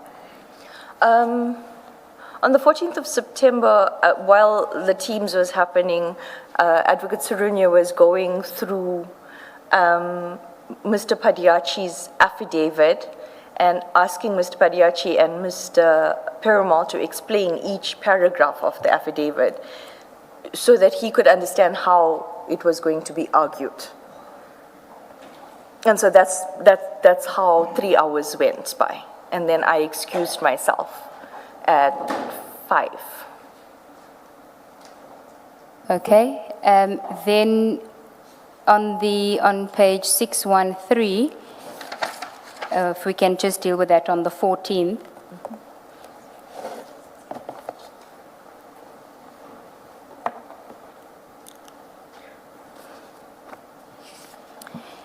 So there on the 14th, now this was the day of the meeting, the team's meeting, and can you just read this message and tell us what's going on here? We know that it was a team's meeting. Okay, but the last portion, my It reply has been there, redacted, It has been yes. redacted, okay. Yes. Thank you. Okay, so on the 14th, Advocate Johnson sends me a message at 14:55. Drew, sorry to be a pain in the butt.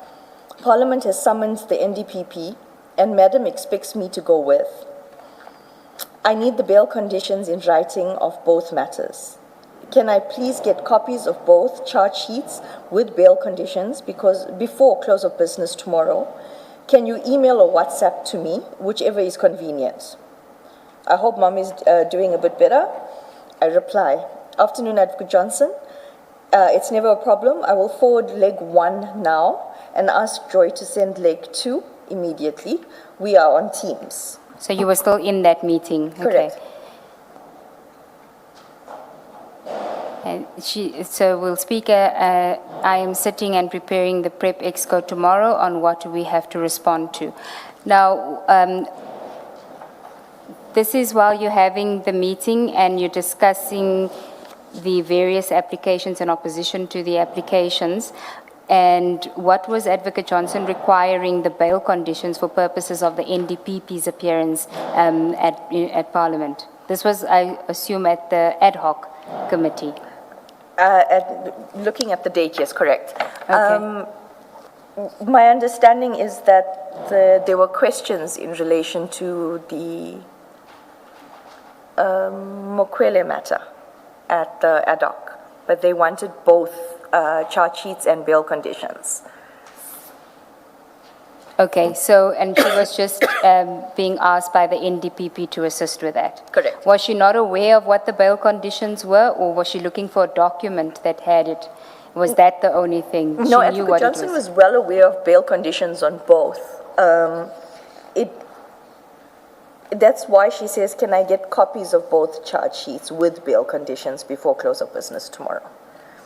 So it would have been the J15, the charge, the annexes to the charges, and the appearance sheets and the notes of the magistrates that she was looking for. Okay. Then just one last issue before we get to the Medicare 24 is there is a, you'll recall that when you gave evidence the first time and you dealt with the missing section 27 and the email that you sent on the 9th of October 2025 setting out what had happened, that Advocate Johnson had given you the affidavit, you brought it back to her office, and you said that Advocate Johnson responded to your email via WhatsApp, and if she disagreed with your account of what happened, she would have said so. At the time, we didn't have that WhatsApp. We now Correct. do have it, and just for it to be placed on record at page 614, if you can read that into the record, just remembering that this is in response to your email of 9 October 2025. Thank you. At 15:04, Advocate Johnson sends me a WhatsApp saying, Drew, I saw your email and I will look in my office tomorrow. I might have made a mistake and told her that Chief called you today. When I spoke to the Chief, he was referring to you having the Section 27 initially and that Tsepo spoke to you today. It was my mistake. Chief didn't say so. I reply, noted, Advocate Johnson. Thank you. Thank you. And did Advocate Johnson get back to you as to whether she found the Section 27 in her office? No, never Okay. did. Sorry. And at this point, you are discussing which Section 27? Is it the one that was presented before us or the one that references the PKTT complaints and others? In the email and in this, there was, as as I stated, my interpretation of why the commissioners and the chair ended up with this is that they were trying to make sure that the original, there was no copies of the original to show that there was PKTT. So they were alleging that I said I had misplaced it, which is why I responded in email in that manner. And Advocate Johnson replies in WhatsApp. And then when I see the 27 referral flighted here, in my head, I put 2 and 2 together as to why they were trying to scapegoat me with the 27 missing. So the 27 referred to in this WhatsApp message, where she says, I made a mistake, she's referring to the one that you saw and had to give back to her. Correct. Okay, thank you. Thank you, Commissioner Baloy. Then it really is the last topic on this aspect. In your notes on file 11, page 59, because we are dealing with the topics and not going chronologically, I don't want to miss out on this point because it does fall under the Mokwele matter. Even though the timeline is June 2025 and we deal mainly in June 2025 with the Medicare 24 issue. This is your notes regarding a meeting on the 10th of June 2025, where you say it was, the ID was present, Joy, Sesoko, Charles, Pat, Brian, Dylan, and you. And you were discussing the project operation or project diversion. There is in the corner, in a block on the right-hand side, a reference to somebody's name. You'll tell us who that person is, and in charge of vetting. I just want you to address the commissioners on that note. This is a meeting that's called by the ID to discuss the takedown. Before I get to that block, can I just, the reason I want to just discuss this portion is it will also explain how this block happened. So Advocate Johnson, who is the head of office, who's not on the ground doing investigations, is now informing the prosecutors and the investigators where accused number 3, Mr. Hudson, must be picked up from. Meaning when the team goes to arrest him, they must arrest him from his home because he works at a safe house. These are now the instructions from Advocate Johnson. This is where you say, what is that word where you say something for Thursday? Aim for Thursday. Aim for Thursday. So you're aiming for J50 Thursday? Correct. And she's telling you, she's now setting out what is to happen to the accused when the arrests are executed. Correct, Okay. because at that point, all the arrests that I had been involved in IDAC, we would phone the suspect or the accused person, and we would ask either for the legal representative's number, or we would speak directly to them. Being the lead investigator would do that. It's called call a friend. That's what we call it. It's called? Call a friend. I see. So we would say call a friend. We'd call them and inform them, listen, please hand yourself over at the police station at 6 o'clock on Friday morning, so that you are processed and taken to court. We are not opposing bail. Please ensure that you have your legal representation present so that the bail can proceed. That is how, in my experience in the past 4 years, almost 4 years, that is how it's been done with the investigators. Here, they are arresting on the Thursday. And ordinarily, has the ID been involved in that call a friend decision? When you get to that point, does she give instructions? Now you must go arrest and call call a friend and tell them to present? If I may just give an example. So the ID chooses which project she gets involved in when it comes down to takedown. So in the 2023 27 referral, when everything was complete and we were ready now to enroll the matter. Like I said, I had a very strong deputy director, but even he couldn't stand up to Advocate Johnson. And there was plans to go and arrest the suspect and drive the suspect for 6 hours so that they can appear in Pretoria. And I'm saying to them that this person is an elderly person with comorbidities. It can never happen that way. You cannot put them in the back of the car to drive them, especially for something that happened in 2014. So eventually, the deputy director and I got very frustrated, and because they wanted to make a spectacle of the arrests. They wanted flash and lights of cameras, and so eventually the deputy director and myself went to Mr. Sesoko, and we said, please go and speak to Advocate Johnson on our behalf, because this arrest cannot take place this way. So here, there was no, I think from the evidence the commission has heard thus far, no matter what was said during this project, what Advocate Johnson and what Mr. Perumal wanted was done. So there was no reasoning. So they were planning to arrest on Thursday to appear on the Friday. Advocate Johnson was asking where Lushaba was going to be picked up from.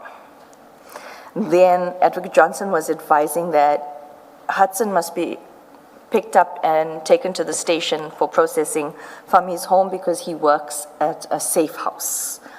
And that they had to figure out where Eugene was because he's traveling a lot. And he's medically boarded off or something, so he's not permanently within crime intelligence anymore. This list is the Lushaba matter? Correct. Okay. Now going to the block that I had explained to Advocate Ncube. So we in Advocate Johnson's office and we're sitting at the boardroom table and we're discussing, Advocate Johnson is now giving instructions about what must happen in the third week, because remember every second week she wanted arrests. Advocate Johnson looks at me and she says, Drew, you'll be embarrassed to be Indian. So I was taken aback because I was busy taking notes, and I didn't know that they were talking about the person who's acting as in Mr. Khan's place.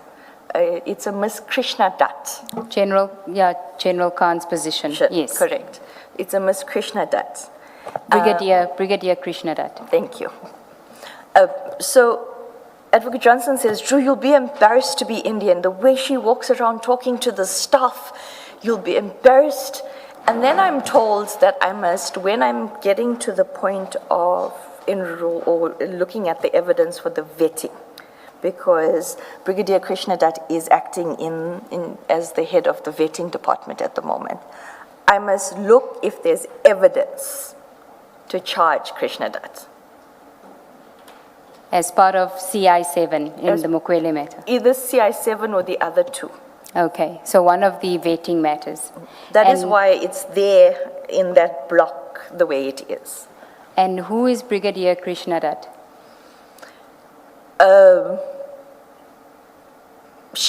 So from that conversation in Advocate Johnson's office, Advocate Johnson then said, when she was explaining how Brigadier Krishna Dutt speaks to this staff and why I'd be embarrassed and all of that, she indicated Junaid is reporting to her.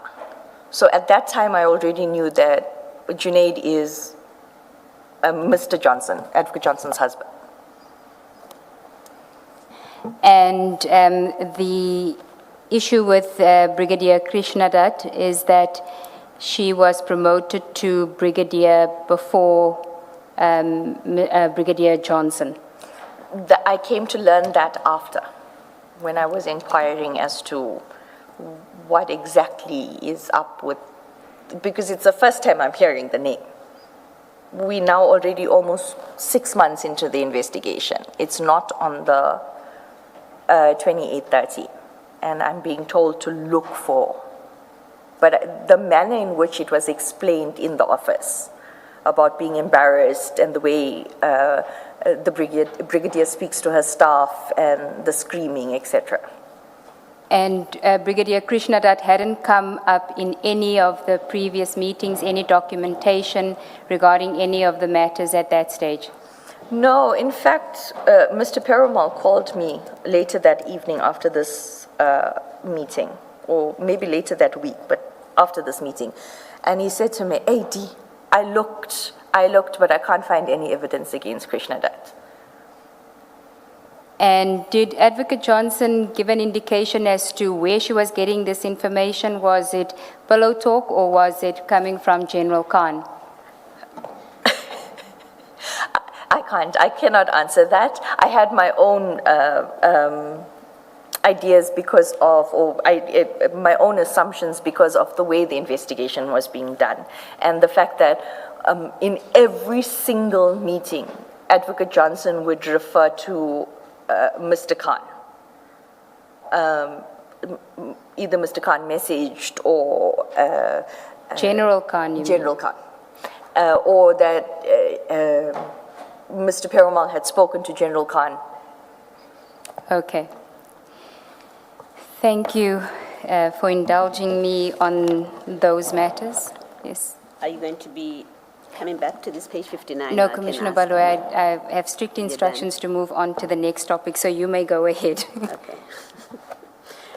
Still at that page 59, just to complete and make sure that I don't draw my own conclusions, what it means.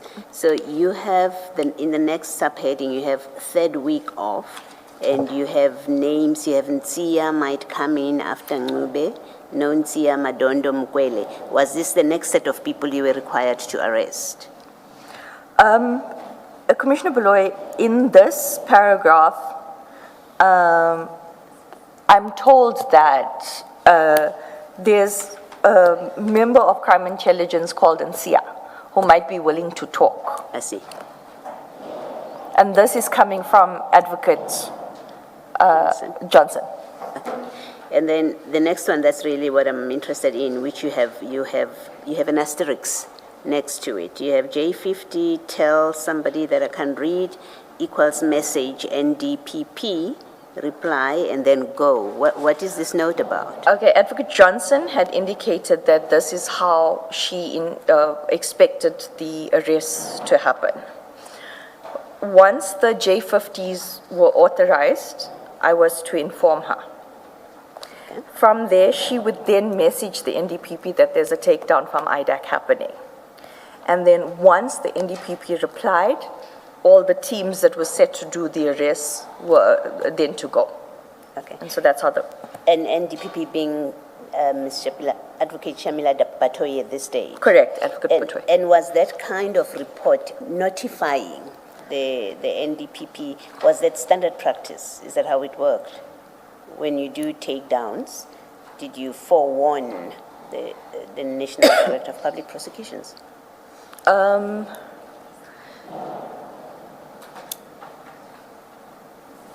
only know of 2 instances. Apologize.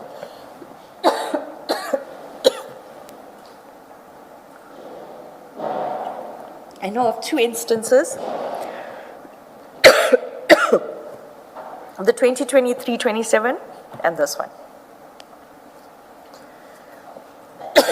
In the others, I mean, you know more than 3 matters since you've been there. Are you saying in other matters there's never been a reporting to the NDPP? Not to my knowledge. Okay, thank you. Thanks, Ms. Nube.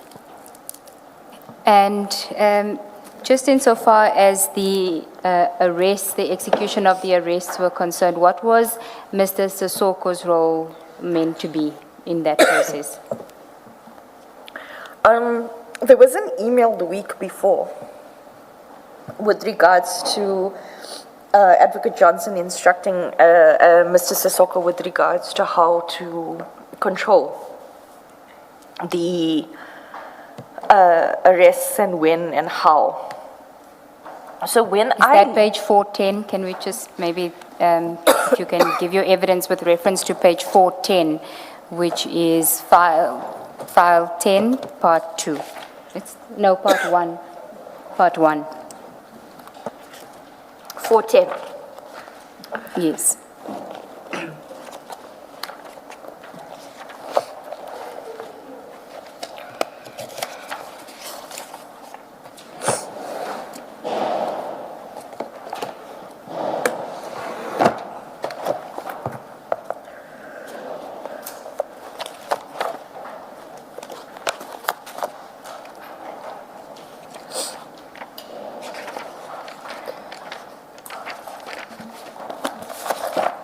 Just let me know once you have it. Yes, that's correct. On the 4th of June. Okay, so this is before this meeting of 10 June. Correct, yes. Okay. And it says, it's from Advocate Johnson. Sissoko, I asked Dylan to let me know when they will arrest as I need to inform the NDPP. He indicated that the main accused is on leave, etc., and they might push for this afternoon. I let him know that I don't agree. I cannot tell the NDPP today that we are arresting today. What will our urgency be based on? In addition, the DPP is not a rubber stamp and should be given an opportunity to read the papers. I suggest we wait for 2 weeks when the main accused is back at work and then proceed. I'm also aware that accused 4 is not in Gauteng. The team must use the next 2 weeks to determine exactly where all the accused are. When we do arrest, we should be able to pick them up at one go. Correct. Okay. So on the on the day that on the 12th of June, when the arrests of 2 accused were effected and the other 2 handed themselves over on the morning of the 13th, when I left the boardroom, Mr. Sissoko was in the boardroom with, if I'm not mistaken, there were 4 teams of 4 investigators that was set to go and arrest. So when I left the boardroom, it was the team, Mr. Perumal, Mr. Padiachi, and Mr. Sissoko. Yeah, we've had Mr. Sissoko, who largely portrayed his position or participation in these matters as passive because he was sidelined and he didn't really become involved and he kept his head down. That's the sum of his evidence. In the end, documents were produced, email exchanges that show him addressed. How would you describe his involvement with these matters? I mean, to state the obvious, at 410, it suggests that he was involved. That's why he's getting this kind of report from the ID. But I would like to hear in your own words how you describe his involvement in these matters against crime intelligence. Advocate Johnson would involve Mr. Sissoko when she felt like it. And then in those meetings, he would be, she would say he's the go-to person for this, as I will illustrate a bit later. But in essence, he was not party. He was, can I say 1 foot in, 1 foot out? So he was involved, but not in the decision-making. He was involved in a lot of the meetings. He was involved in a lot of the complaints and fights. And with regards to just putting his head down and turning the other way, just to give you an example, Mr. Sissoko spoke about a meeting where he facilitated coercion amongst myself and Mr. Perumal. And In that meeting, Mr. Padiachi leaned over the boardroom table, screaming at me with his finger in my face. And I mean literally, if I moved, he probably would have hit me, or if he could get any closer, he would have hit me that day. And no one said anything, and Mr. Sissoko was chairing the meeting. I was called in later by Mr. Sissoko to say, the way he speaks to you, Drew, or no, I'm going to call him and speak to him, but why didn't you say anything when he was doing it? And then I find out later on that that incident is not even reported to Advocate Johnson by Mr. Sissoko, who was supposed to take a full report, and it's reported that we have now found common ground to work together.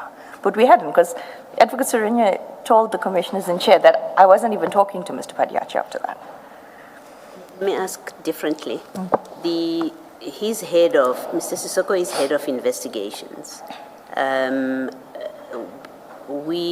Maybe let me say that in my engagement with him, I characterize the quality of investigations as poor, as you complain, that you looked at what was being brought to you.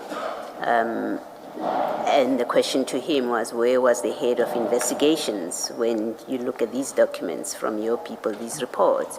So my question is to try and understand whether in meetings where you were present, did he engage about the quality of information that is being put to the prosecutors, on the basis of which you are making recommendations and decisions, on the basis of which the investigating director is making decisions or required to make decisions? What was his participation as head of investigations in that? So I'll give you an example of what happened on the 12th of May.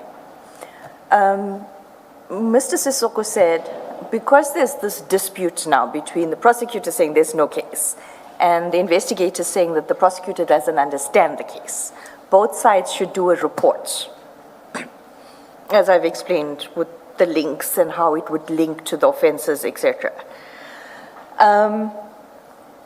It was agreed that that would be done.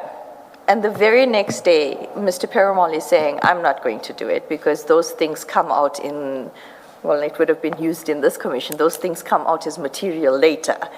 And Mr. Sissoko was not able to enforce it because Advocate Johnson had sided with Mr. Perumal. Thank you. Okay. Can I just take you to the topic of General Khan's statement in the Lushaba matter, the A28, and what happened there and the issue that you raised? For that, can we go to page 586 of 10 part 2, file 10 part 2.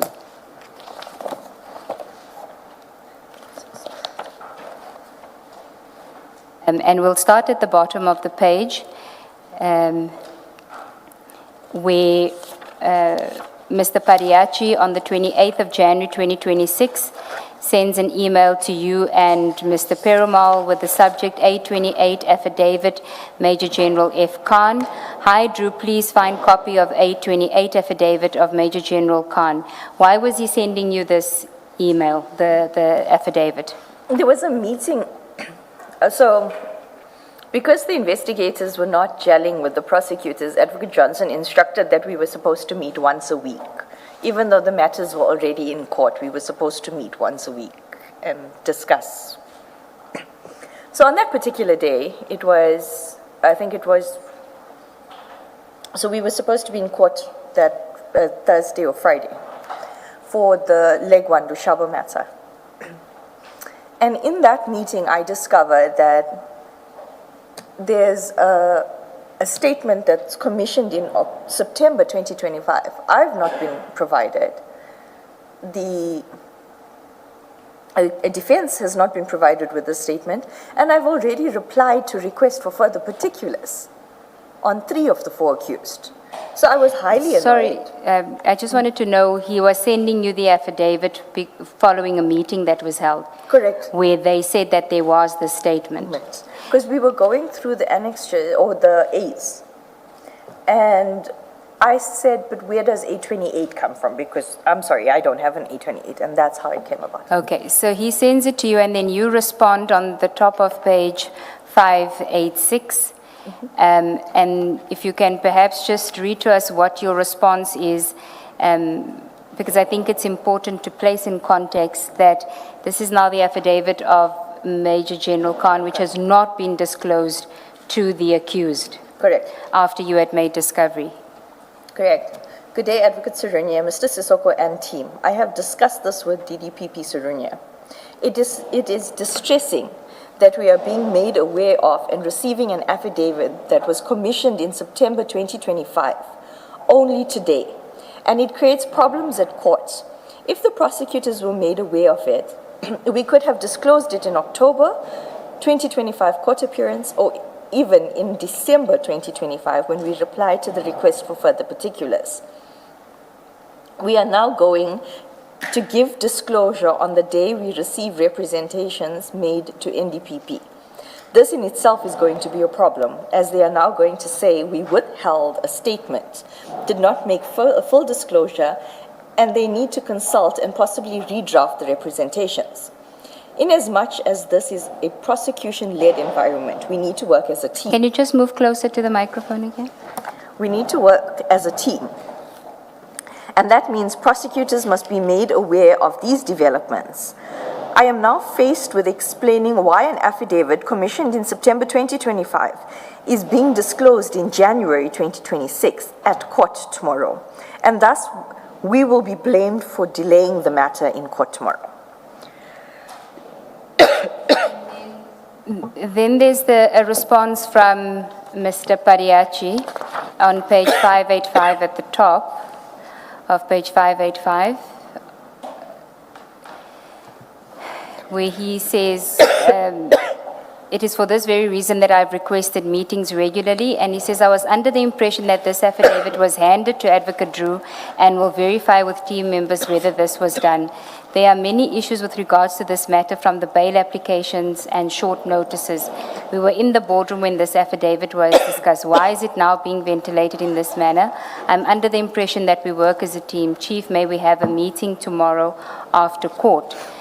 I'm interested more in the response that comes from Mr. Perumal on 584, at the bottom of 584. If I may just have... Yes. Thank you. Mr. Perumal then responds also on the same day, and he says, good afternoon, Advocate Sarunia and all. Can you just read that?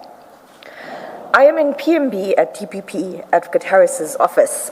I will be back tonight. I am also very tired of hearing about prosecution-led investigations when we are not following PLI to the letter.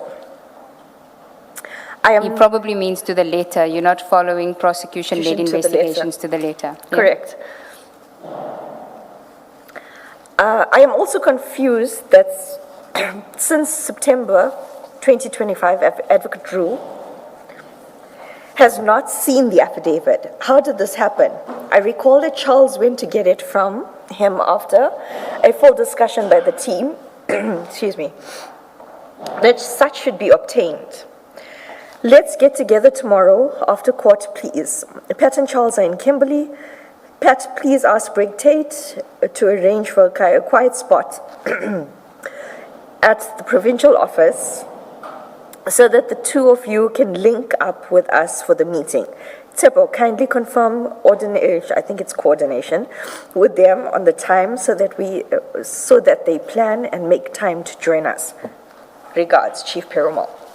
And then you respond to that at the top to say that Charles provided you with 2 handwritten uncommissioned statements of A5 and his crew.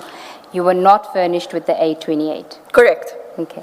So at that stage, none of the prosecutors had seen the A28? Correct. Okay. Was this the only affidavit, only General Khan's affidavit that had not been disclosed to the defense? Do you know? Not long after I sent this, what was called a very snappy email, I was removed. Yes, there is another email that I just want to deal with regarding the representations to the NDPP from Advocate Johnson on the Lushaba matter. And I just want to understand why there was a change in view, because there was it seems to me Advocate Johnson is saying that because there's a new NDPP coming in, she doesn't want to confuse matters about where representations must go to by accused persons, but I just want you to deal with it. It's at page 588 of the same bundle.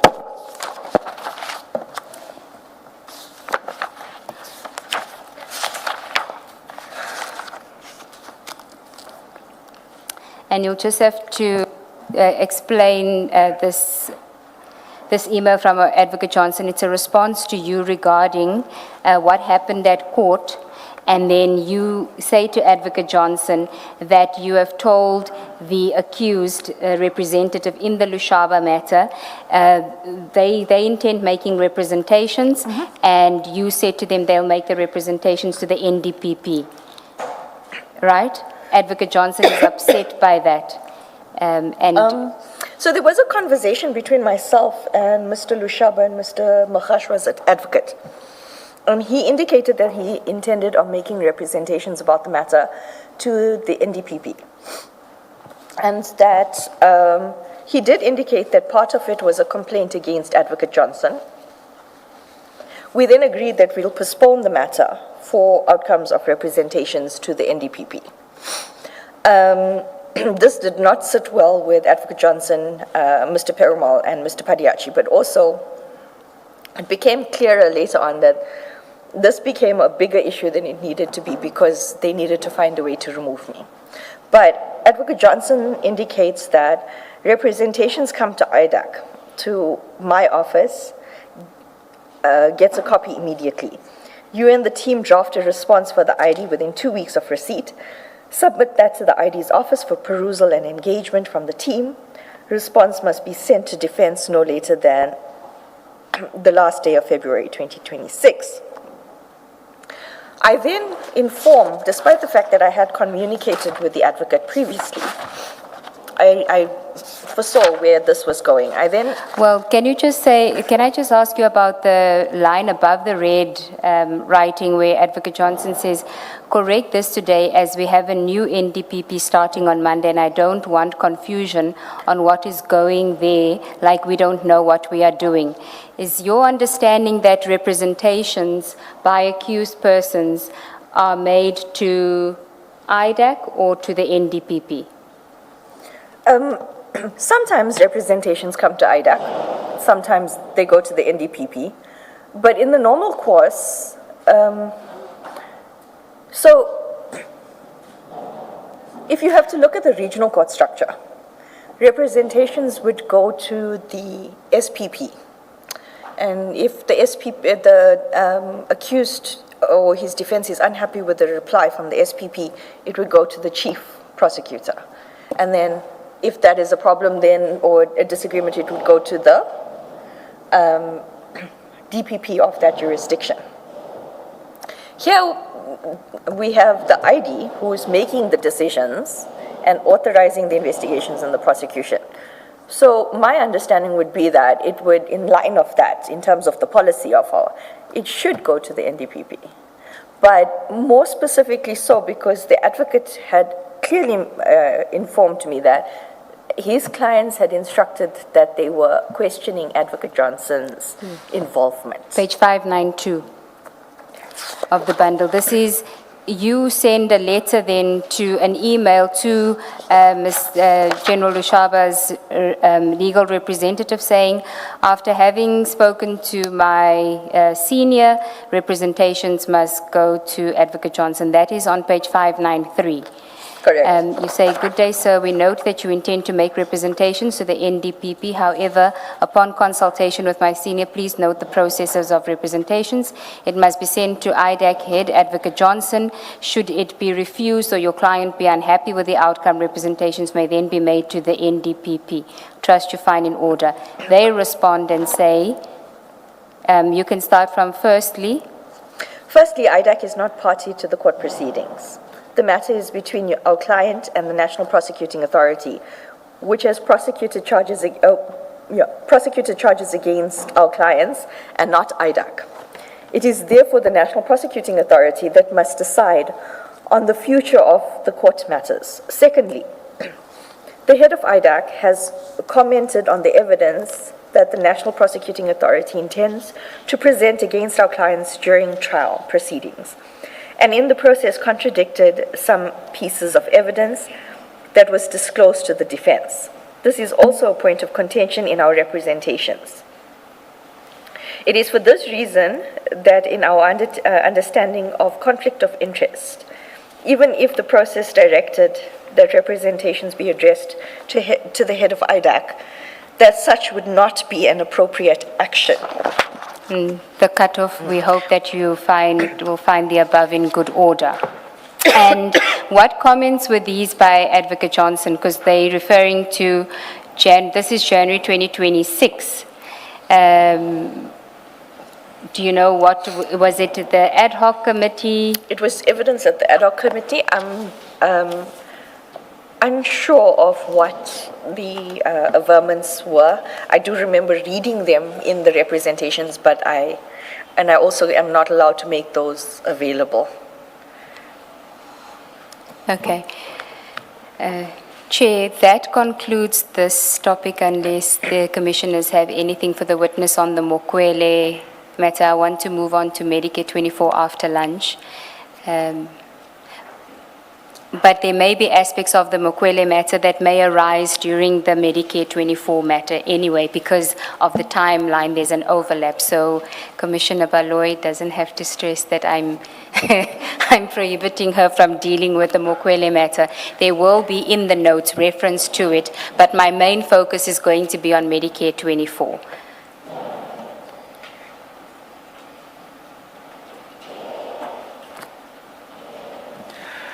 Let's adjourn and resume at 2 p.m.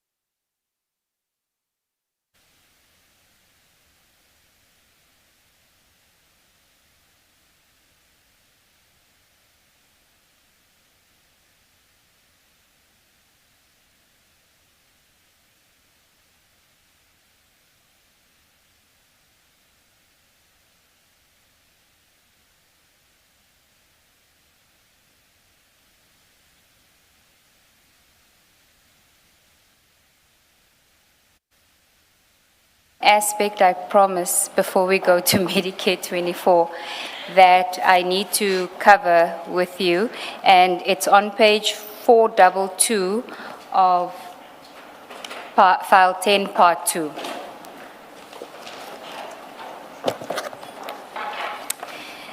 Now, you will recall when you gave evidence, you spoke about a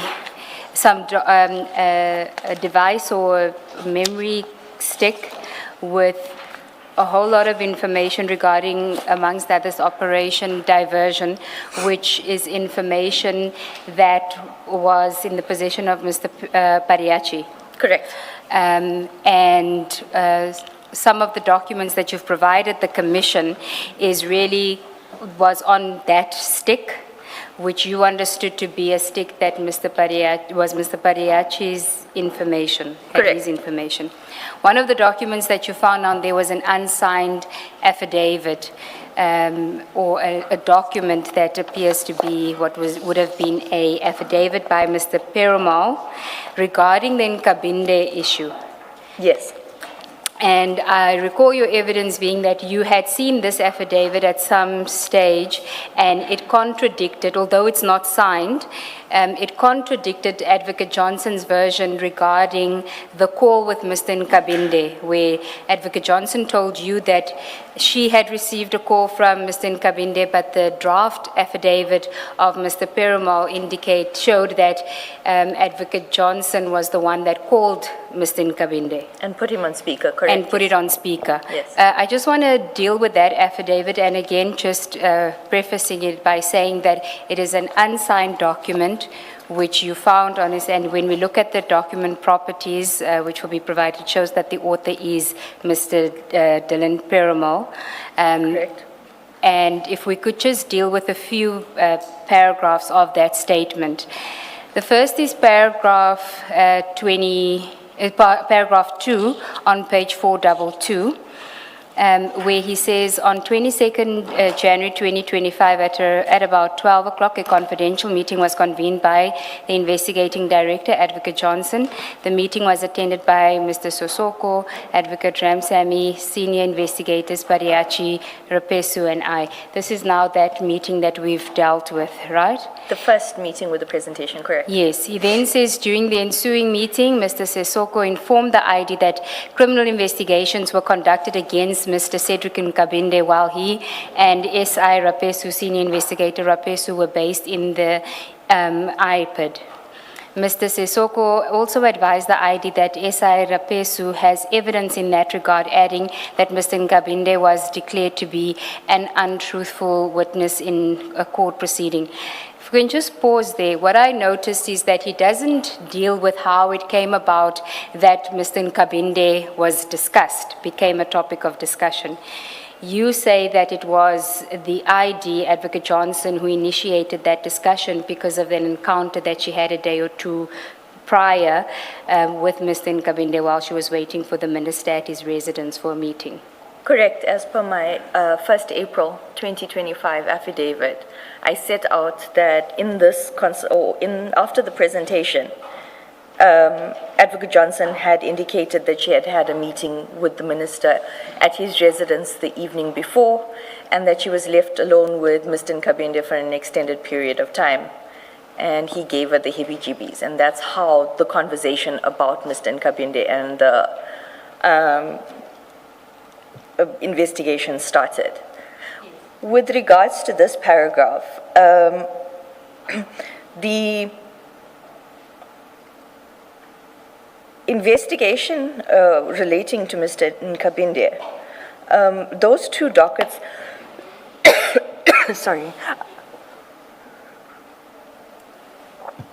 are not held by Mr. Rapesu, nor is he part of that investigation. The one docket is in court for trial in Palm Ridge. He is an investigator formerly of IPID, Mr. Timani Benang, and the other investigation is one of Mr. Belochan, yes, which is in the High Court, yes. Yes. And so there's no explanation, like I said, as to how the topic came about, and also how Mr. Sissoko and Mr. Rapesu actually then volunteered this information that they had on Mr. Nkabinde. Correct. Importantly, at 2.2, it stated, the ID then directed that SI Pariachi should conduct an investigation in relation to the allegations made involving Mr. Nkabinde. Now, you put it a bit softer than that. You said it was more just gathering facts and that the ID was doing at that stage. But he seems to already say that at that stage, or would it have been in a separate meeting that the ID then directed Mr. Pariachi to conduct an investigation? As per the WhatsApps that was previously displayed, as well as the affidavit, my affidavit from the 1st of April, it was when Advocate Johnson had required or sent me a message saying that she had just seen the minister and that we need to move ASAP on the Nkabinde thing. It was at that point that Advocate Johnson, so in that meeting, it was only myself, Advocate Johnson, Mr. Perumal, and Mr. Sissoko. This is now not the meeting of 22 January, this is another meeting, It's the 23 January. 23 January. Yes. 23 January, according to the WhatsApps. In that meeting, Mr. Perumal indicated that Mr. Belochin can continue with the investigation on Mr. Nkabinde.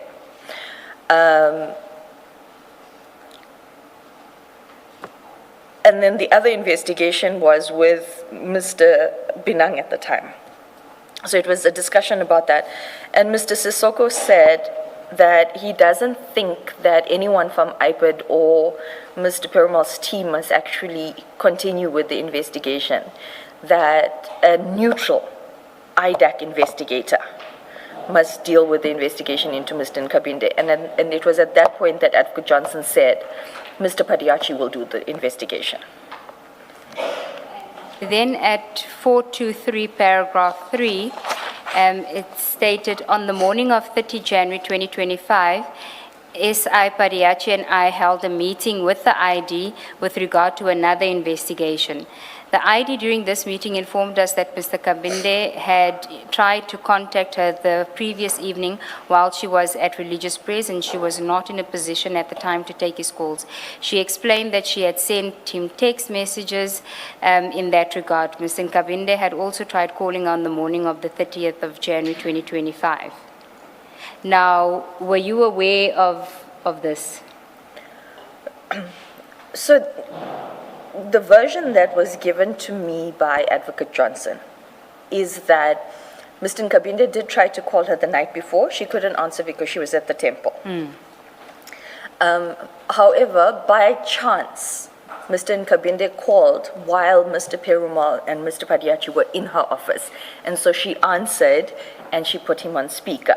And in fact, in that meeting, she said, you know me, Drew, you know, I don't even take calls and I don't even put it on loudspeaker, but by chance on that day, by God's grace, I put it on speaker. And so that's how she explained it to me on the 30th.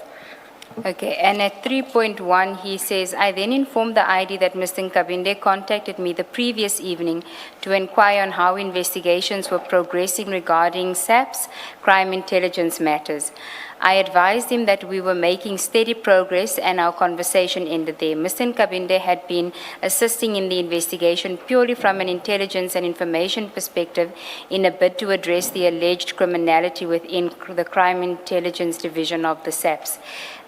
Were you aware that Mr. Nkabinde was a source of intelligence for Mr. Perumal regarding the investigations, crime intelligence investigations? No, until I saw this paragraph 3.1 a couple of weeks ago. I did not know Mr. Nkabinde. Also, when I read it, I was trying to figure out how a chief of staff would be a source of information, because that's an informant.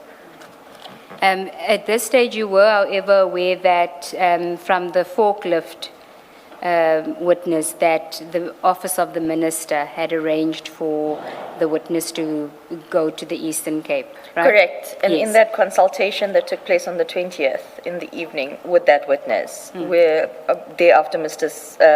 Perumal said he didn't want the name of Nkabinde mentioned in front of Mr. Rapesu, that witness said that the arrangements were made by Mr. Nkabinde, By the office of the minister. by the minister, yes. Yes. But you didn't know that Mr. Nkabinde was offering intelligence information, No, or what that entailed? Okay. not at all. At 3.2, he says the ID then contacted Mr. Nkabinde and placed the cellular phone on speaker so that SI Pariachi and I could listen to the conversation. Mr. Nkabinde informed the ID that he was informed by one of your guys that an investigation had been initiated within the IDAC, instigated and initiated by Mr. Sesoko and others against him, and the person leading the investigation was a Brian Pariachi. He indicated that he was also informed that his banking records were going to be scrutinized from around 2018. And then on the next page, the ID inquired from him as to who gave him this information, to which he replied that he was informed of this by Mansa Rapesu. Now, according to you, Mr. Rapesu wasn't aware of an investigation.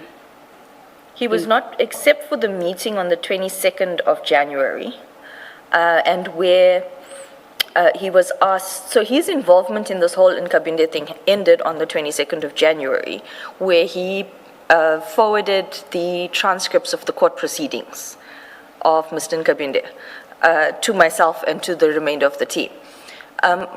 After that, all other meetings, as per my affidavit, Mr. Rapesu was not involved. Excuse me. Okay. You'll just let me know if you need a break. I will. Thank you so much. Okay. And then, so that is just to place in context the evidence that you gave last week about a draft affidavit that you found that had that, that contradicted, where Mr. Perumal contradicted what Advocate Johnson had told you about the call with Mr. Nkabinde. Correct. Okay. And then if we can go to page 426 of the same bundle. And this is just on the housebreaking docket.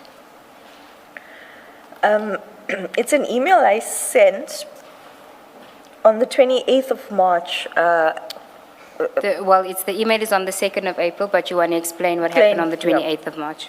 On the 28th of March 2025, Mr. Perumal contacted me saying that, I'm not allowed to swear, saying that Rapesu did nothing on the housebreaking, and they now have to start from scratch, and ID's plan to put the Lushaba matter on the roll first can't happen now because Rapesu did nothing, etc., etc.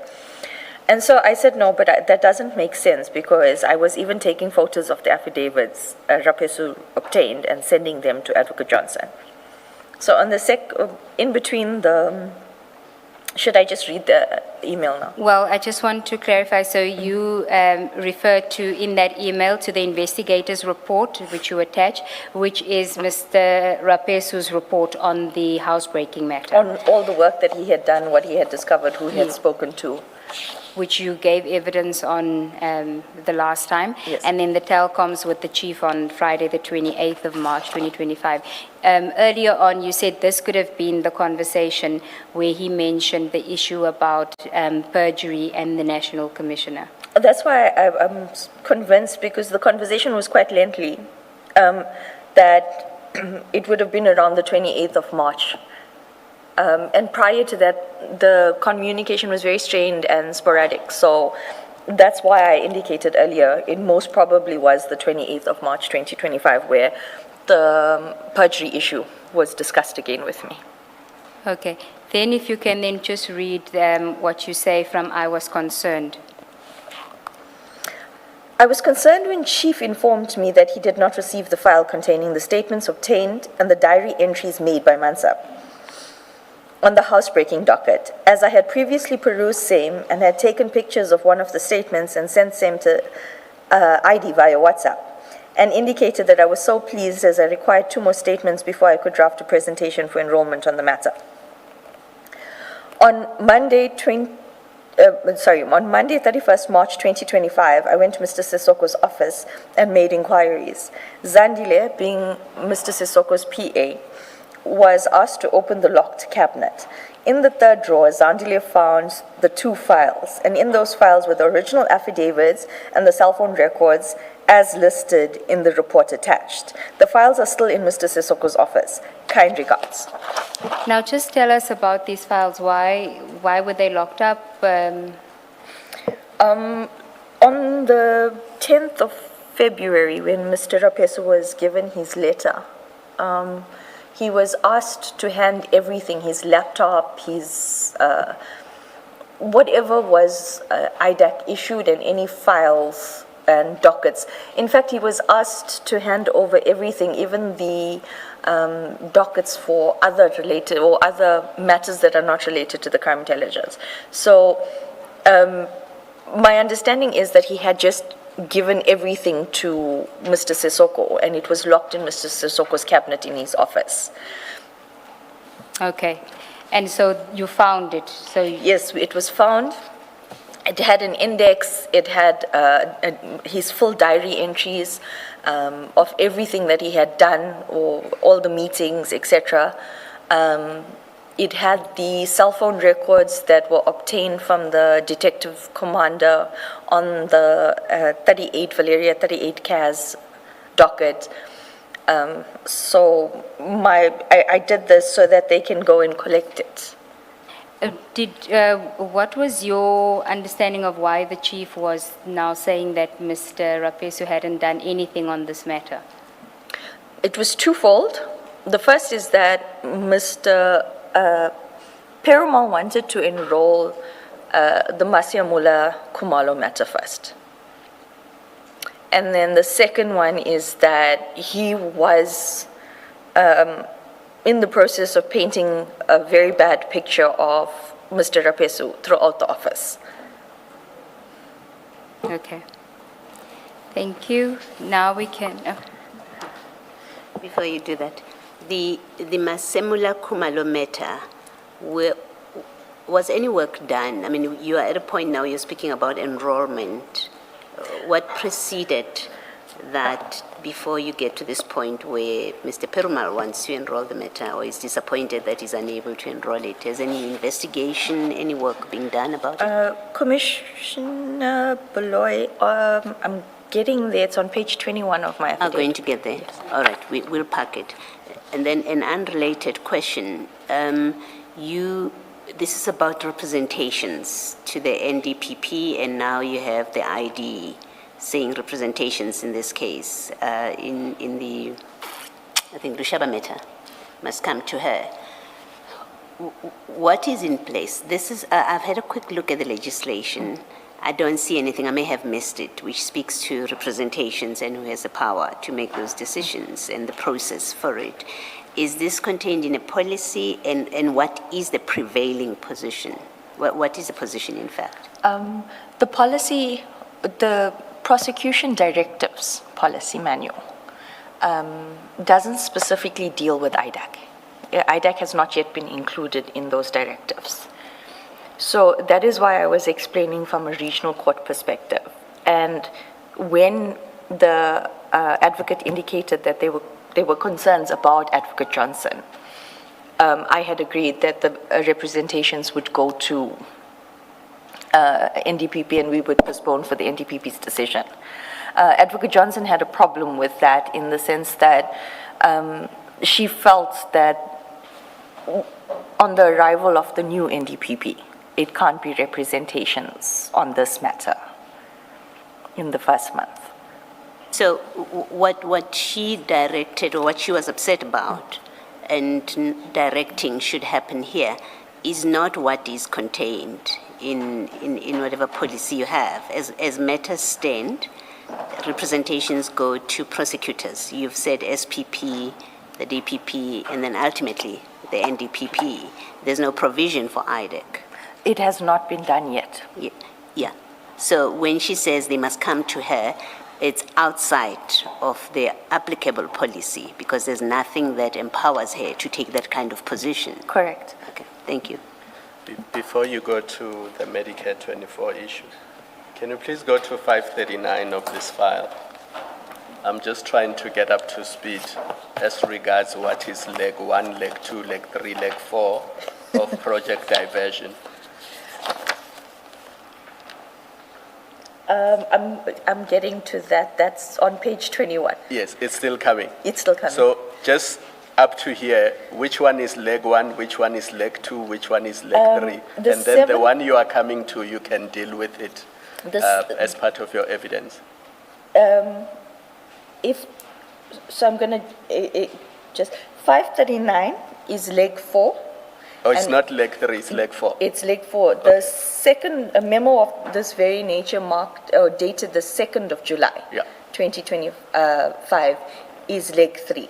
So this one is the Madondo Kumalo. So can No, you it's then, the other way around. Is it the other way around? can you then do this for us without detail?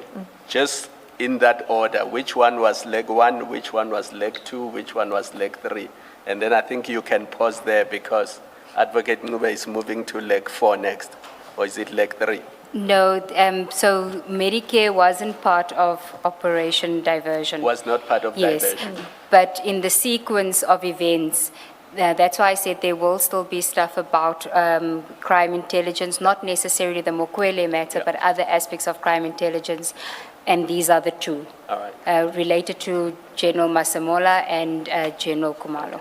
Let me tell you what I have on my list and could be mixed up. I have the properties case, I have the Mokwele case, I have the vetting case, and then I have the Lushaba matter. Those were all part of Project Diversion. Correct. Yes. And Medicare 24 is not part of that. No. Okay, I got you. Thank you. Thank you. Okay, so can we then go to page 16 of your supplementary statement? Medicare 24 You investigation. have to wait for us. Oh, I'm sorry.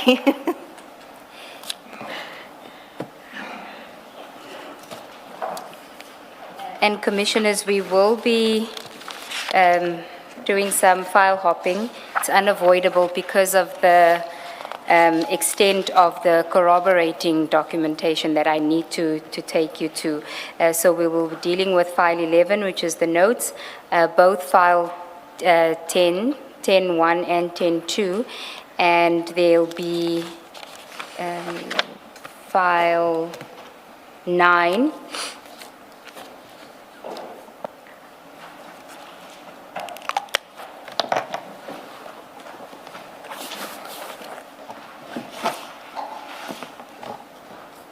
File 9, yes. Okay, so we are on page 16 at the foot of the page, Medicare 24 investigation, attempts to link General Masemola and further attempts to arrest General Kumalo. And then the subheading is the irregular section 28.1 authorization. Thank you. Paragraph 35. As previously stated, the Medicare 24 matter was referred to by Advocate Johnson as the SAPS contract Tembisa contract. I do not know why. I only became aware on the 13th of May 2025 that the SAPS contract Tembisa contract was in fact the Medicare 24 matter. When I was asked to assist with checking the application for a 28.1 authorization prepared by another prosecutor, as stated earlier, Advocate Johnson had mentioned the SAPS contract and visa contract from 22 January 2025 after her meeting with Minister Mkuno. Paragraph 36. In any event, at the meeting of the 24th of April. It's 16 It's April. 16 April.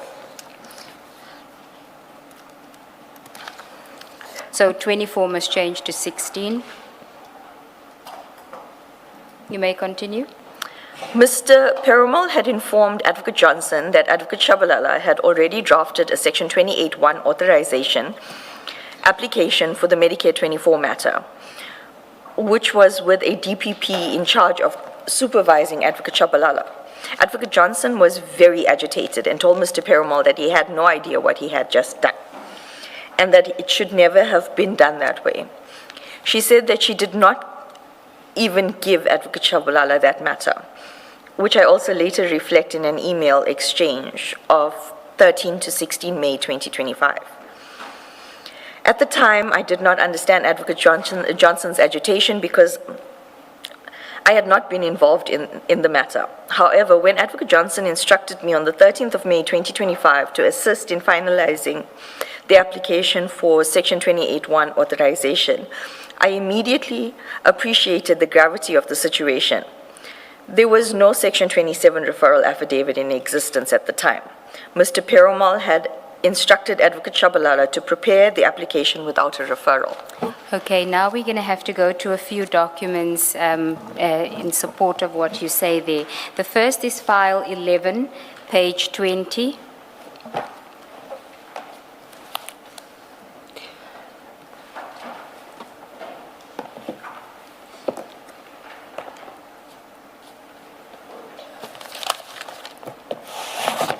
Do you have it? Almost.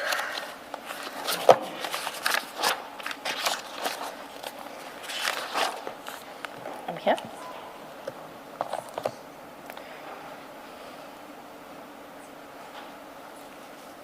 Okay. So this is the meeting of the 16th of April 2025. We already dealt with it insofar as diversion is concerned. Correct. We now want to deal with it insofar as the Medicare 24 matter is concerned. And for that, can I ask you to go to page 28?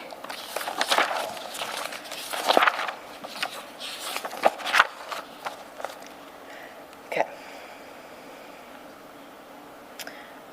There's a line. So this is your notes from that meeting.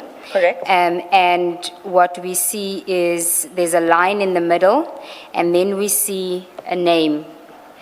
Just bear with us for us just display, and then you may continue. So the middle, yeah. On page 28. So yes, you can go. Okay, I must just explain that when I was noting these things down, it was a conversation that was happening between Mr. Perumal and Advocate Johnson in that meeting, and I was just noting what was being said. So there's a mention of Charity Matlo, which is a general that we all know. Then there's an indication that there's a forensic report, a procurement process prepared, and that Advocate Shabalala has done an authorization. That Okay, so here, this is what you were saying is that this was when Mr. Perumal was communicating to Advocate Johnson that that Advocate Shabalala had already done an authorization in respect of this matter. Correct. Okay. And submitted it to the DDPP. Okay, then we have S27. So Section 27 will be Matlo, and that consultation with SIU will take place. And there's a specific person at SIU that will provide or give it to us. Okay, now can we just deal with your note that says Section 27 equals Matlo? You said Section 27 will be Matlo. So this Yes. is now on the 16th of April 2025, and you're being told that General Matlo will be the Section 27 referral. She'll depose to the affidavit. Correct. Okay, in order for it to be referred to IDAC for Yes, investigation. that But was- you are having this discussion even before there's a referral. This discussion is before a referral, and a 28(1) application has already been submitted. This is the draft by Advocate Shabalala. Correct. Okay. Well, but when you say submitted, not to Advocate Johnson, it is submitted to the DDPP in order for the DDPP to submit it to Advocate Johnson. Yes. Okay. Now, Sorry, and the Section 28(1), did you see it? Is it in this meeting? Do you know that it does exist for sure at this point? Section 28(1). Yes. The application. On The the application. 16th of, in this meeting, I had not seen it as yet. I get an email on the 13th of May, 2025. And then there's a whole chain of it, and then eventually I do get hold of it, yes. Thank you. Okay, so then if we can go to, so that is the discussion regarding General Matlo will be there, and then on the next page, page 29. So there's talk about General Matlo being the 27 referral, and that it's sent to Paul, being Advocate Law, the Deputy Director. Okay, and that is what you were referring to. But you say send to Paul, it's with him already, the draft, Correct, it's with, for consideration? yes. Do you get to know what preceded which, the Section 28(1) application and the referral that we now, in that same meeting, you record that it has been sent to Paul Lowe? Commissioner Baloy, at that point, I didn't know anything about what was happening. I do later find out that there isn't a 27. There isn't a referral affidavit. There's something else that's sent that is considered a referral, but it's not in fact a referral. And in terms of dates, where does it sit, that document that you refer to?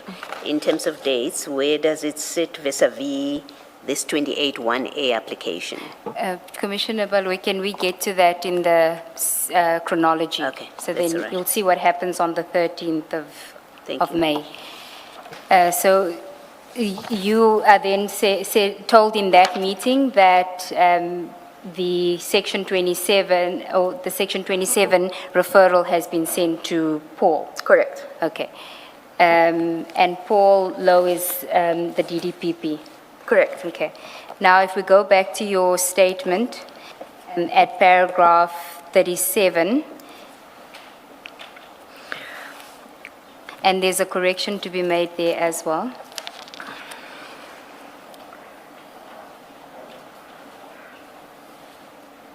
You may proceed. When I inquired about the Section 27 referral affidavit in finalizing the draft, So in the correction is that in finalizing the draft, Section 28(1) application must be deleted because your inquiry is in that meeting of 16 April, correct, as you say. yes. So when I inquired about the Section 27 referral affidavit in the meeting, I was told by Advocate Johnson that the referral was a preliminary audit report, itself together with an email from General Matlo. I was never shown this email. I did not have the preliminary report either. I requested the report from Advocate Shabalala, and he sent it to me via WhatsApp. Apparently, he had received it via WhatsApp from Mr. Perumal. It must also, here there's a correction, either Mr. Perumal or Mr. Belochan. okay.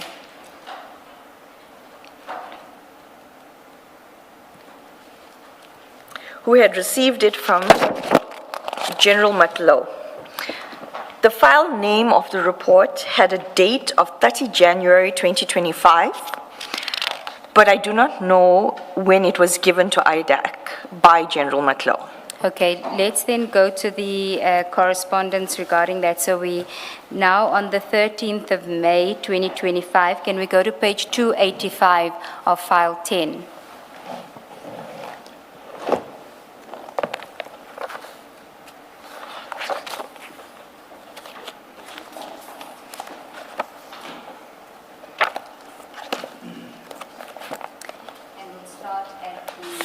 We'll start at the bottom of file of that page of 285.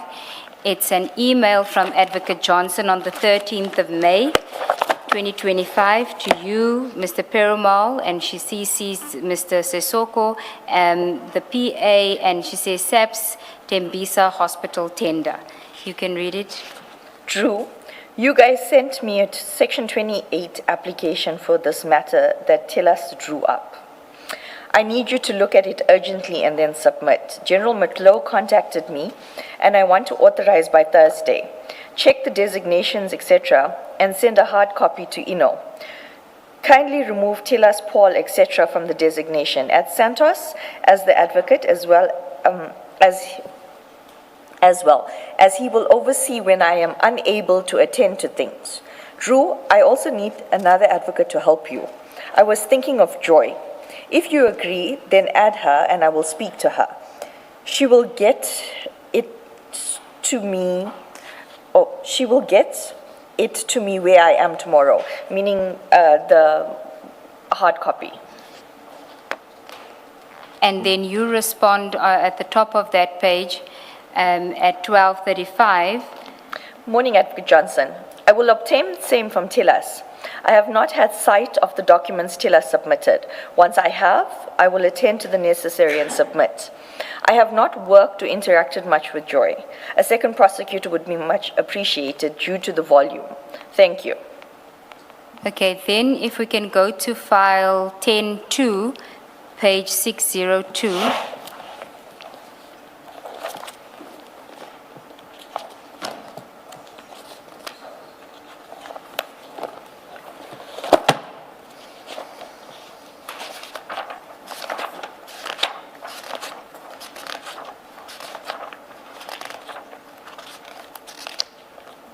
Just let me know when you're there. I'm there. This is the communication between you and Advocate Shabalala on the 13th of May, 2025. And we're looking at the voice call at 12:35. Correct. That's where you now contact him to get information regarding the 28. Correct. Okay, and he's not answering your call, he calls you back, and then you send a message to him? Yeah, he called back to say that he's in court. So I sent him a message. Hey, hi, Shabs. What documents did you base your 28 application on? Or rather, where did you get the information on suspects or information from? He then calls back. He says to me, that he had gotten it from either Sunil or Mr. Beluchin or Mr. Perumal. And he then forwards me the SAPS preliminary audit report, 94 TP, 30 Jan 2025. Okay, and then in between you calling him and him returning your call and forwarding the report, you try to get the report from somebody else. And that we find on 263 of file 10-1.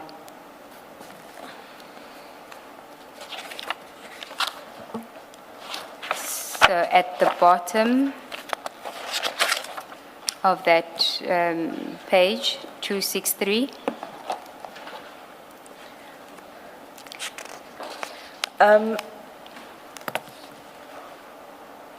Can you just explain? Yeah. Because I couldn't get the 28 draft documents that he had submitted, I contacted the project manager that is allocated to Advocate Low's team, Ms.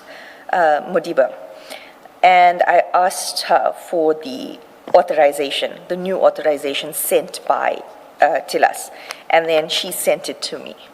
Okay, and the subject there is Tembisa, new authorization. Good day for your attention. If we go to 264, you'll see the attachments. It's an application in terms of section 28.1, a section 28 authorization, Vusimusi Matlala, and a section 28 designation, Vusimusi Matlala. Correct. Okay. And you, at the top of that page, you send it to Advocate Johnson. Correct. At 2:05. Good afternoon, Advocate Johnson. Attached is the application drafted by Advocate Shabalala. Kind regards. Then if we go to page 281, because there was quite a bit of activity on the 13th of May.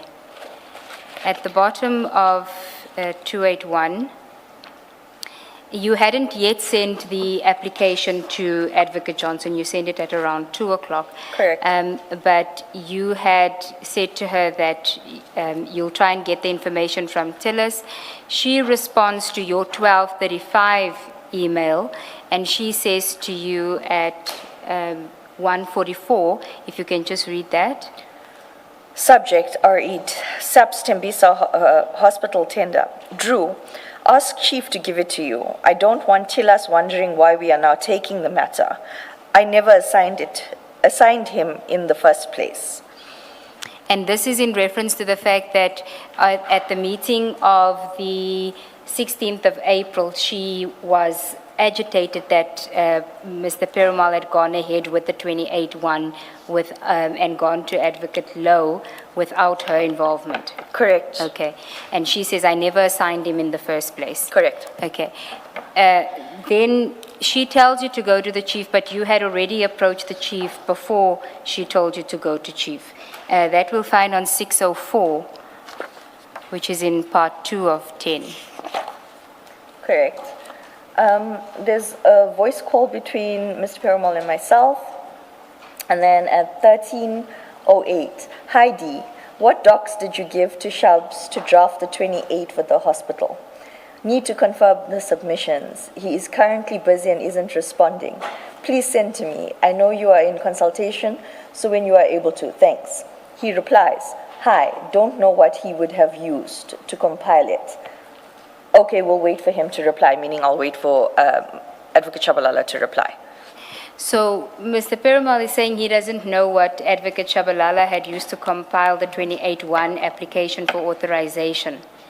Yet he was the one that asked Advocate Shabalala to do the authorization. Correct, and when I had this conversation with Advocate Shabalala, he said he had all the proof to show that who sent it and whatever, but Mr. Perumal is denying it. Okay, if we then go to page 281 of 10.1, this is now at 1350. Advocate Johnson, I have asked Dylan for the documents that Tillis used as a basis for the application. He indicated he does not know what Tillis used as a basis for identifying suspects as listed, as well as the information on the committees contained in the 28. I obtained the 28 from Obusha as Tillis was unable to take my call. I need that information to confirm the Vermon's allegations to be authorized. And then on page 280, Advocate Johnson responds to your email. Colleagues, this is what happens when we involve people without the ID. I heard from this team that he had drawn up an application, and hence my remarks about why and on whose instruction. Please send me what he drafted and then ask him via email to send you the basis for his application. And so Advocate Johnson is now saying this is now what happens when you guys don't involve the ID. Again, with reference to what happened in the meeting of 16 April, her Correct. not being involved in that process. We know then that you say to her that you did get the document, the report, and you ask her for the code. So if you can go to page 452, you can just explain to us 452, which is part 2 of 10. This is still on the 13th at 14:25. From you to Dylan, ceasing Advocate Johnson, Mr. Sesoko, and the PA, documents from Drew.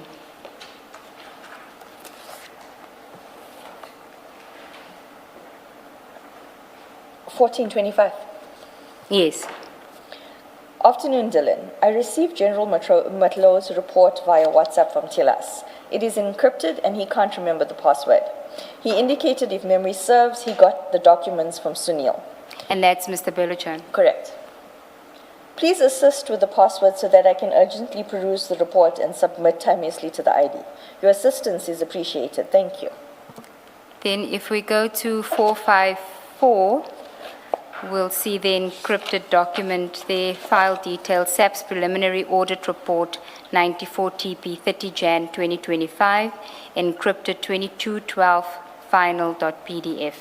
Correct. Okay, and then on page 455, Advocate Johnson responds to your email. The password is, Yes, and then she says, I also want a copy of this report with the application. so you then now have the draft applications and you have the report. Yes. You still don't have a Section 27 affidavit. No. What does the report reveal? And what is the report? So it says preliminary report 30 January 2025. That's what it's saved as. It is, so from the mandate, which is the first page, it indicates that it's an, Can we go to it? Is it not much easier to go to it on file 10, page 301? Is that not the one? Page? File 10, page 301.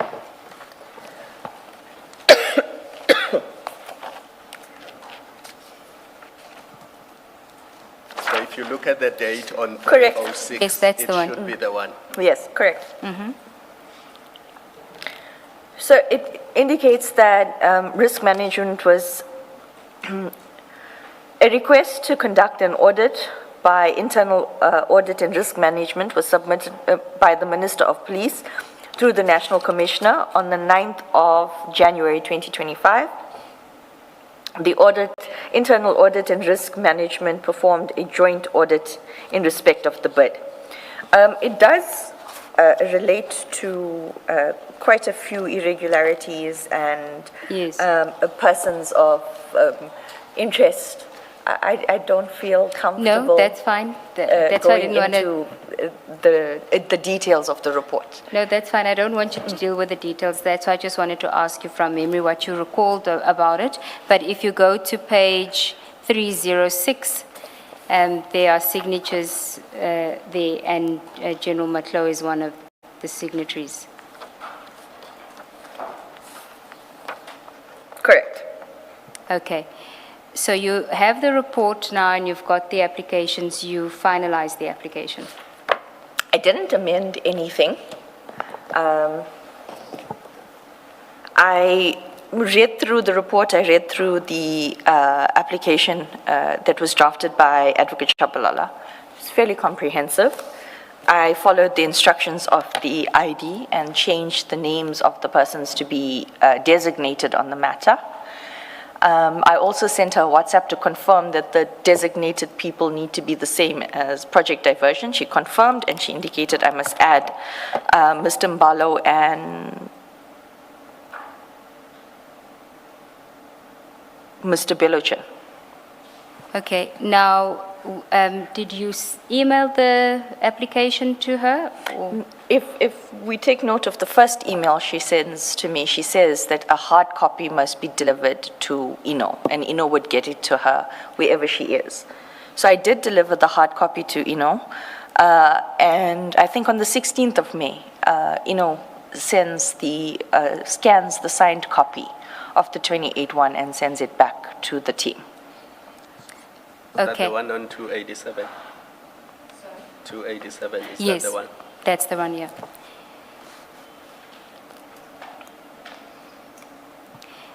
But I just wanted to confirm you didn't actually email the application to her. It was delivered to Ino. Correct, it was hand-delivered to Ino. And Ino then sends that on page 287. And if we go to the document, so 288 shows the attachment. And then on page 289. Now, can I just ask you, why was this a 28-1 and not a 28-13? Like I said, I didn't change anything. I submitted it as Advocate Shabalala had drafted it. I only amended the designation. So I only made changes to page 6 of 7. Page 6 of 7. Okay. Before we get to page 6 of 7, in the correspondence, there was a reference to, I don't know, where did he get the name of the suspects? Was that in the report or already in the application? Yes, correct. The report did link the names as mentioned here. So the suspects mentioned in the document was reflected in the report? Correct. Now, importantly, Sorry, about this, maybe it's important for accuracy, even if you don't read out the names, to mention the context in which they appear. So, for example, you have people listed under the bid evaluation committee, and their names appear there. Some of them are amongst the ones charged, and I think if the report doesn't make any specific allegations of criminality against them or of irregularity against specific individuals, I think it's in fairness to those individuals that you should say in what context they appear in the report. okay, can I deal with it when we get to the end of the report? Because what I want to deal with first is the designated individuals. And I want to highlight one name in particular, and that is on page 294 at paragraph 30. It is submitted that the following persons be designated to conduct the investigation. And at number 11, you see Major General Matlo. Correct. Now, Major General Matlo, in the meeting of 16 April, you are told she is the Section 27 referral. Correct. And General Matlo is not part of IDAC. No. She's part of SAPS. Correct. Risk management. Why was General Matlo included as being part of the investigation? Do you know? I did make queries about this with the investigators at one of the meetings because I wanted to know how do we... We can't hear you. Sorry, how do we designate the complainant in an investigation? Because obviously she's going to be the A1 and now she's part and parcel of the investigation as well. And the other issue that I had was, where's the documents for duty reassignment? If we are designating a member of another unit, you still have to have correspondence between their supervisors. So it would have been either Mr. Sissoko or Advocate Johnson, and I think it's NASCOM that risk management reports directly to. So there would have been an agreement and formal communication of duty reassignment, even if it was just for that aspect. Because we've had it before. In fact, we still have it at the moment. I'm dealing with one of those matters where we have communication of duty reassignment. So one of my questions was, why is General Matlo the complainant part of the investigation, and where's the documentation of duty reassignment? And I was told that the ID authorized it, but it wasn't so politely put to me. Now, at this stage, you still... So it's an irregularity, you're saying, that you would have, well, there's the obvious point about you would have a complainant being part of the investigating team, but more importantly, you're speaking to an irregularity about the duty assignment authorizations. Correct. There wasn't a record of that. Correct. If I can give you just a small example. So there's an investigation that I'm working on with another DD at the moment. And even though the A1 is in fact the investigating officer, because he had started the investigation based on the Zondo Commission recommendations. So he is the A1, he's the complainant, so to speak. But he is from DPCI, and in the docket itself, we've got in the B clip, his duty reassignment documents.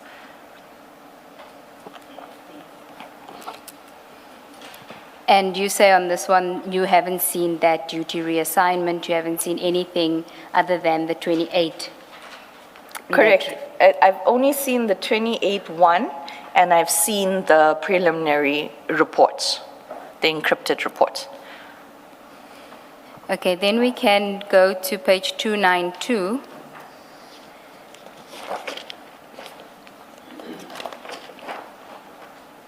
And I'll just ask Commissioner Baloyi for guidance here on this aspect insofar as the suspects are concerned, the issue you raised.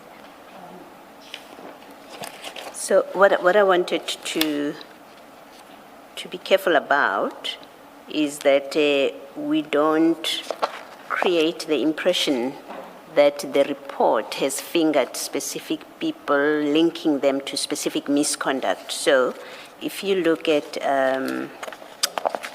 let me go to that page. If you go to a page that lists committees, 311, thank you. So if you go to that page in the report at 311, it lists different committees and tells you who is in the committee, who are those people in the committees. And insofar as it doesn't allege, there's no misconduct, irregularity, criminal conduct alleged against a person, but the only link we can make from the report is that they sat in a committee. I would rather you point that out. Yes, I wasn't going to deal with the suspects. It wasn't part of the 28-1. Okay. My focus was on the designation, the investigators. Okay. What was being investigated, why was the complainant included as being part of the investigation, and whether there was any authorization for that. What did we need in order for that to be, that Okay. was the... That's your focus. Yes, that's Okay. why I didn't deal with the report either. It's Okay. just I the guess- issue of the report was just that it was sent to you when you were told that the report is the 27, it was part of the 27 referral. Correct. Okay. No, I'm happy with that. I was just concerned when she said I'm uncomfortable to list people's names. Okay. But just to, the report says the bid was not properly evaluated. So to the extent that there are issues with the bid evaluation committee, all the report says is that the bid was not properly evaluated. And it doesn't allege criminality. Yes, that is why I wanted to establish the extent of this witness's involvement with that. And as I understood her to say, she didn't change anything on the authorizations. She wasn't really involved in in assessing the merits of the application. You were just finalizing it for submission. Correct. Okay, because the names were there. You didn't check whether the names should be there or should not be there. That's why you asked, where did you get the names? Correct. Okay. Now, at this stage, you still haven't seen a 27, a Section 27 affidavit. No, Okay. not at all. If we can go to page 544, which is file 3.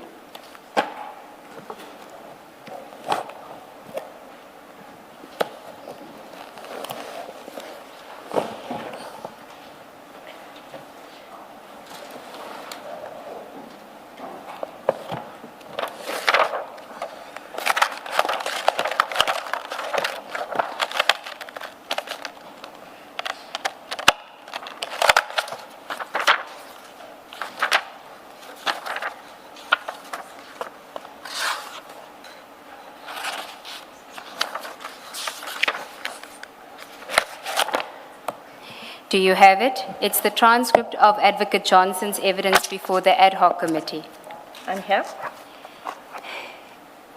And at 544, it starts at the top by Advocate Aronson. Do you want to comment on the subheading IDAC investigations into Mr. Vusi Musikat Matlala? Advocate Johnson says, IDAC received a Section 27 referral from SAP's Risk Audit Division, and this is not the first time we would have received referrals or work with the Risk Audit Division. There are many matters currently in IDAC where one is looking at corruption, the PFMA contraventions, and fraud related to the supply chain. And then if you skip the next two paragraphs, it's Advocate Johnson again. The first and only time that we are looking into allegations against Mr. Matlala relates to the 360 million rand tender that was awarded and then subsequently cancelled sometime this year. So there have not been criminal investigations into him as a service provider. We have criminal investigations against SEPS members and other service providers where the supply chain management processes are circumvented and corruption or fraud or PFMA contraventions took place. In February of this year, this would have been 2025 because she gave evidence in 2025, is the first time that we got a referral that relates to Mr. Matlala as a potential suspect, either in fraud, corruption, or together with other SAPS officials' contraventions of the PFMA. We received the referral on the 16th of February 2025, and then through the media, as we paid attention, we found out that Mr. Matlala had been arrested and his phones were seized. Now, do you know of a 16 February 2025 referral? No. And then at page 546, Advocate Arendse asks, now this referral on the 16th of February this year, where did this referral come from within SAPS? Advocate Johnson, the head of their risk audit referred the matter to IDAC in terms of Section 27 referral, deposed to an affidavit, attached supporting documents, and the matter came over to IDAC. And then he says, when would you first become involved in this referral, if at all? And Advocate Johnson then says, when matters are referred, they almost invariably come through one of the chief criminal investigators, more so through the head of investigations and operations, Mr. Matthews Sesoko.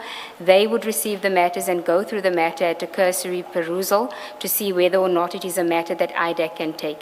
They then compile an application, which we call a Section 28 application for the ID to consider whether or not to authorize an investigation. That is the first time I become involved in applying my mind to the matter. Here the matter was then authorized. When it is authorized, investigators and prosecutors are designated to conduct the investigation of these matters, as it is a prosecution-led methodology. But the investigators and the prosecuting team go through determining what task activities, line of investigation should be followed. It is not for the ID. And he says, so they would first, Advocate Arendse, so there would first be what sounds like a preliminary investigation that you would authorize. And she then says there are two types of investigations. Usually we get the Section 27 referrals. Now, Advocate Johnson seems to say here that on the 16th, because it's in directly in response to Advocate Arendse asking her about the 16 February 2025 referral at 546. She says, the head of their risk audit referred the matter to IDAC in terms of Section 27 referral, deposed to an affidavit, attached supporting documents, and the matter came over to IDAC. And this is in response to a direct question about now this referral on the 16th of February this year. Where did this referral come from within SAPS? Was Advocate Johnson, have you seen a 16 February 2025 referral? No, and even on the 13th of May, there was no 27 referral. There was just the report that was bouncing between IDAC employees via WhatsApp. And if we take note of the email of Advocate Johnson on the 13th of May, it says, I was contacted by General Matlo, and I want to authorize. 3519 or file 9, where there is an affidavit by General Matlo. It's file 9. 3519.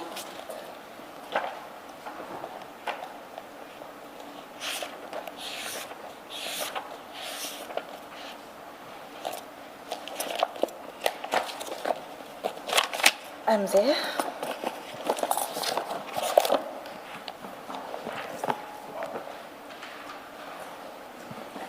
This is an affidavit at 3519 by General Matlo.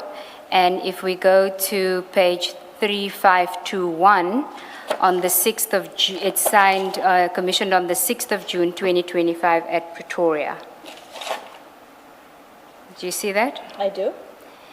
And this was referred to as the Section 27 referral during Advocate Johnson's evidence. How can it be a 27 referral if the authorization is done on the 16th or signed on the 16th of May?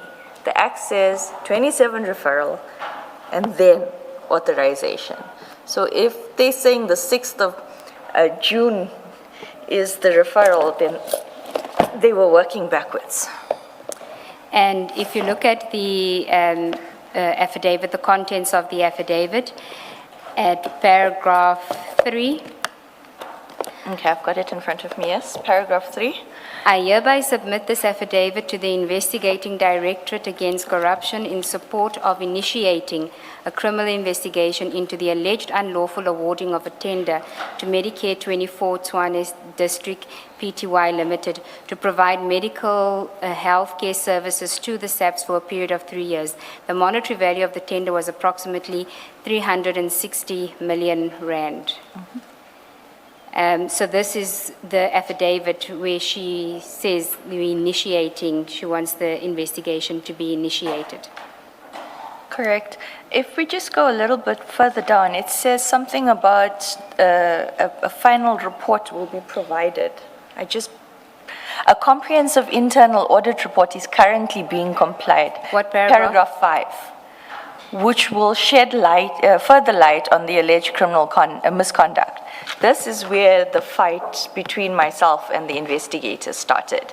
Because way before this, in May already, I'm asking how can we be investigating something where a report has been requested, an internal report has been requested by the NASCOM, and the final report is not submitted.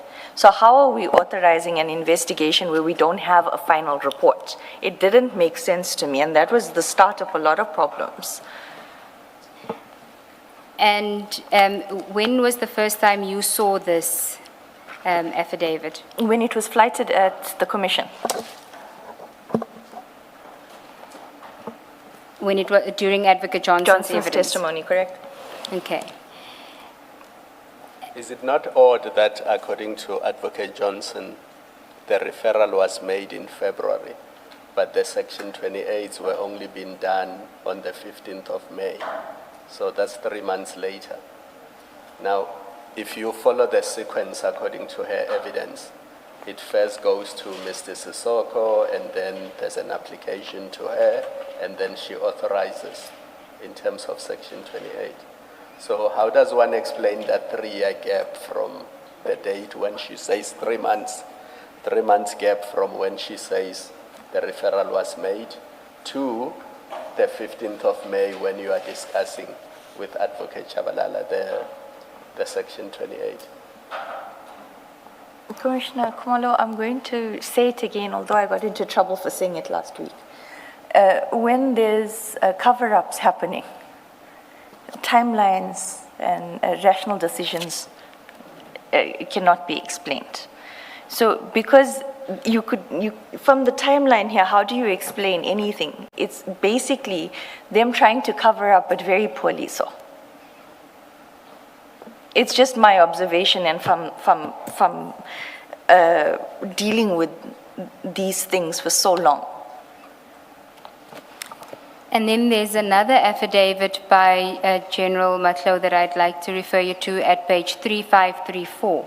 File 9. Before that, even if it's just for the record, so at least from what we have seen in the ad hoc committee transcript and this affidavit now, and the WhatsApp exchanges and email exchanges, we can say that Advocate Johnson did not tell the truth in Parliament to the ad hoc committee when she said you received the Section 27 referral on the 16th of February 2025. That was an outright lie, looking at these documents. Correct. Thank you.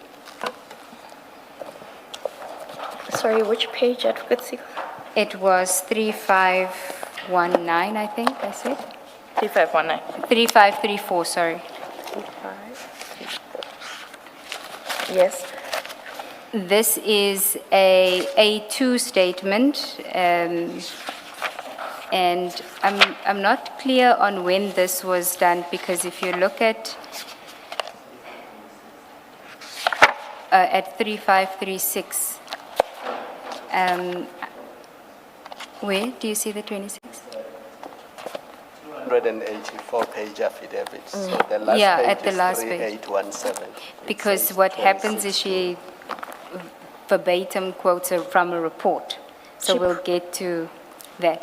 But in this affidavit on page 3534, at paragraph 3, General Matlow says, on 9 January 2025, Internal Audit, Risk and Integrity Management received a request from Minister of Police to investigate the alleged procurement irregularities on appointment of the service provider to render health risk management services for SAPs at the Division Supply Chain Management. And then it says Appendix 1, copy of email request for investigation from the Chief of Staff on mandate. I led the investigation team to conduct an investigation into these allegations. So that is in 9 January 2025. Were you aware when General Matlow's name was mentioned or regarding the Medicare 24 that the investigation that she undertook was at the request of the minister in January 2025? No, my understanding was that it was NASCOM that asked for the investigation. Your understanding it was the National Commissioner? Correct. That had asked for the investigation, not the minister? No, not the minister. Okay. I understood it from the meeting that we'll discuss now. I understood it to be that the minister spoke to the National Commissioner Masumula, and Masumula then requested the report. Yeah, that's what you were told. Okay. And that's what the interim report says. Yes. So insofar as, but never in the discussions about Medicare 24, either with General Matlow or Advocate Johnson, was it mentioned that the preliminary report or the investigation comes from a request of the minister? No. Okay. Now, can we then go to what transpires at the meeting of the, I think it's the 27th of May, before we get to the meeting of the 2nd of June. So that would be on page, it starts on page 49.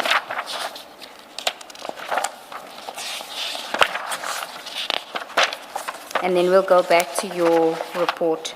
Okay.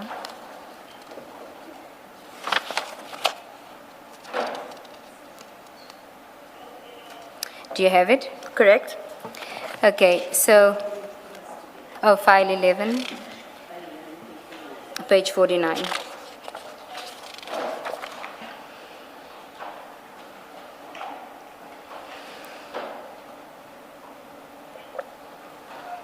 And there were discussions about project diversion, ID authorized section 204, but I'm interested in your recordal on page 51, which is a meeting where Mr. Pariachi, Perumal, Tlale, Patis Mlambo.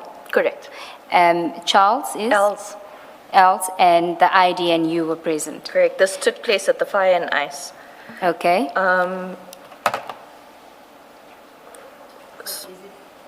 Is it the same meeting that starts at page 49? Correct. It was a two-part meeting.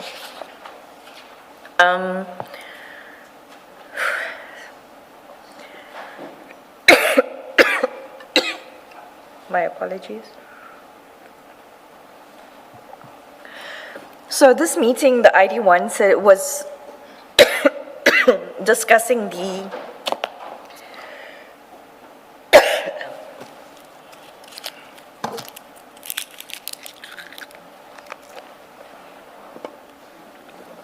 Should we take a short break? I was going to suggest Indicate when we should start. Let's adjourn.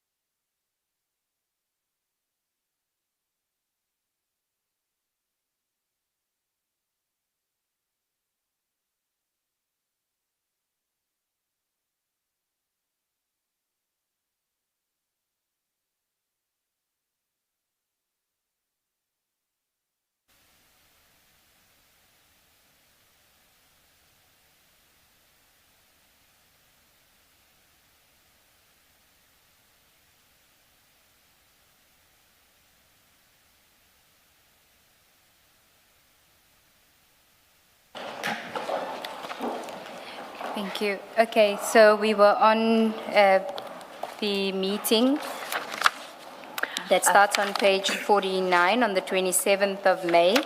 And I was referring you to page 51 where there's a reference to Tembisa. You can just tell us what you were recording here. Correct. The ID had wanted she still continued to call Medicare 24 Tembisa. So she wanted feedback with regards to what was happening. And then she indicated what was going to happen about the cyber search and asking DPCI for the phones, more specifically Colonel Kumalo. I have to explain this because it's not a detailed note. I think I stopped last week when I was explaining the phone issue.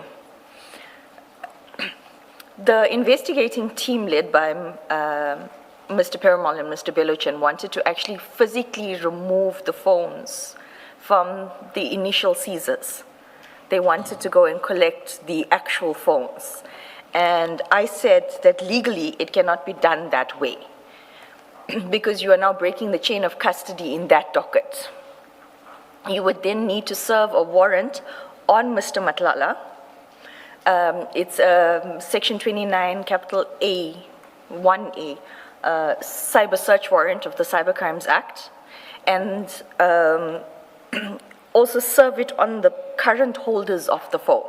You would have to go with a digital expert, a service provider, and mirror image the phones and work off the mirror imaging. You cannot take the original. You are breaking chain of custody in different matters. So that was an argument that transpired. And then somehow rationality prevailed, and they proceeded in the manner that I explained it had to be done. They then further on page 52, Advocate Johnson and Mr. Perumal indicated that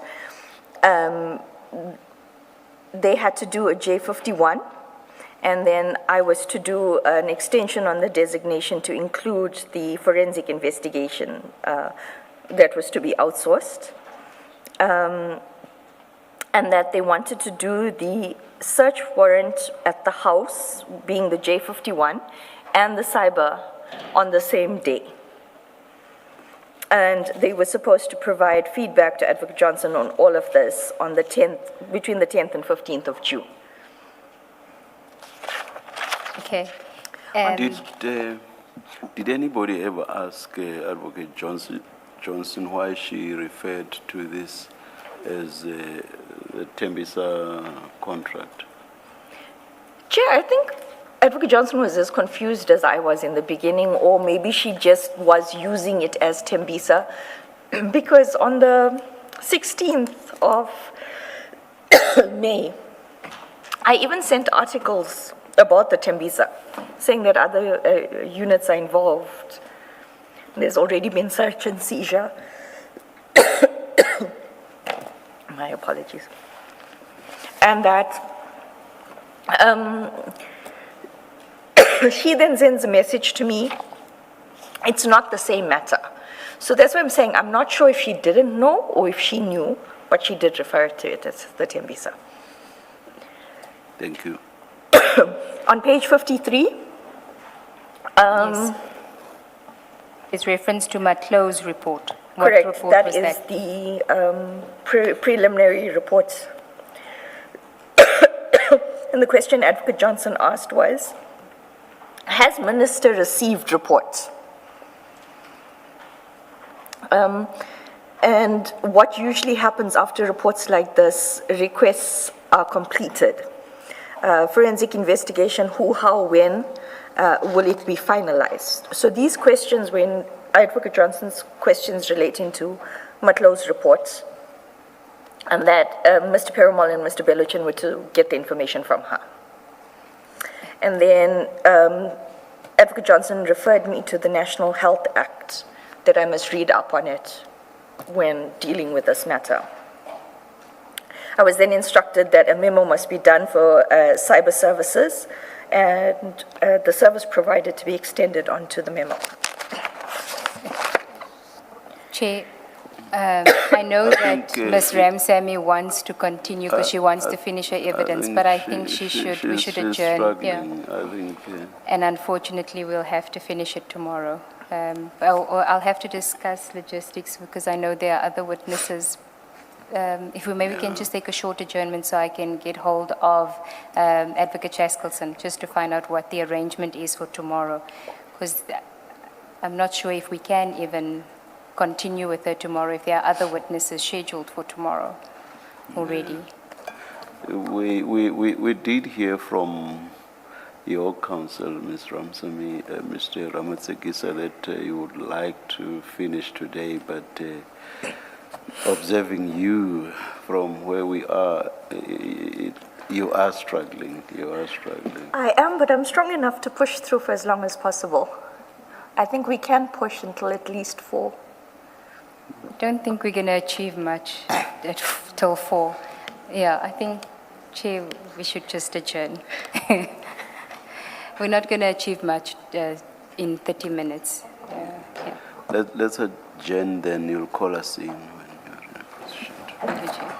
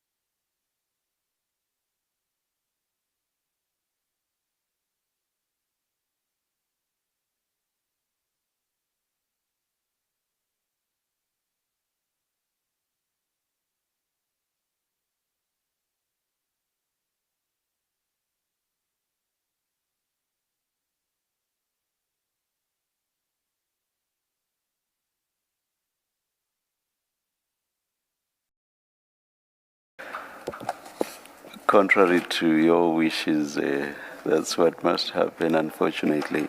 We will resume with the hearing of your testimony this Friday. Thank you, Chair. We resume at 9:30 tomorrow morning. Yes, Chair. Let's adjourn.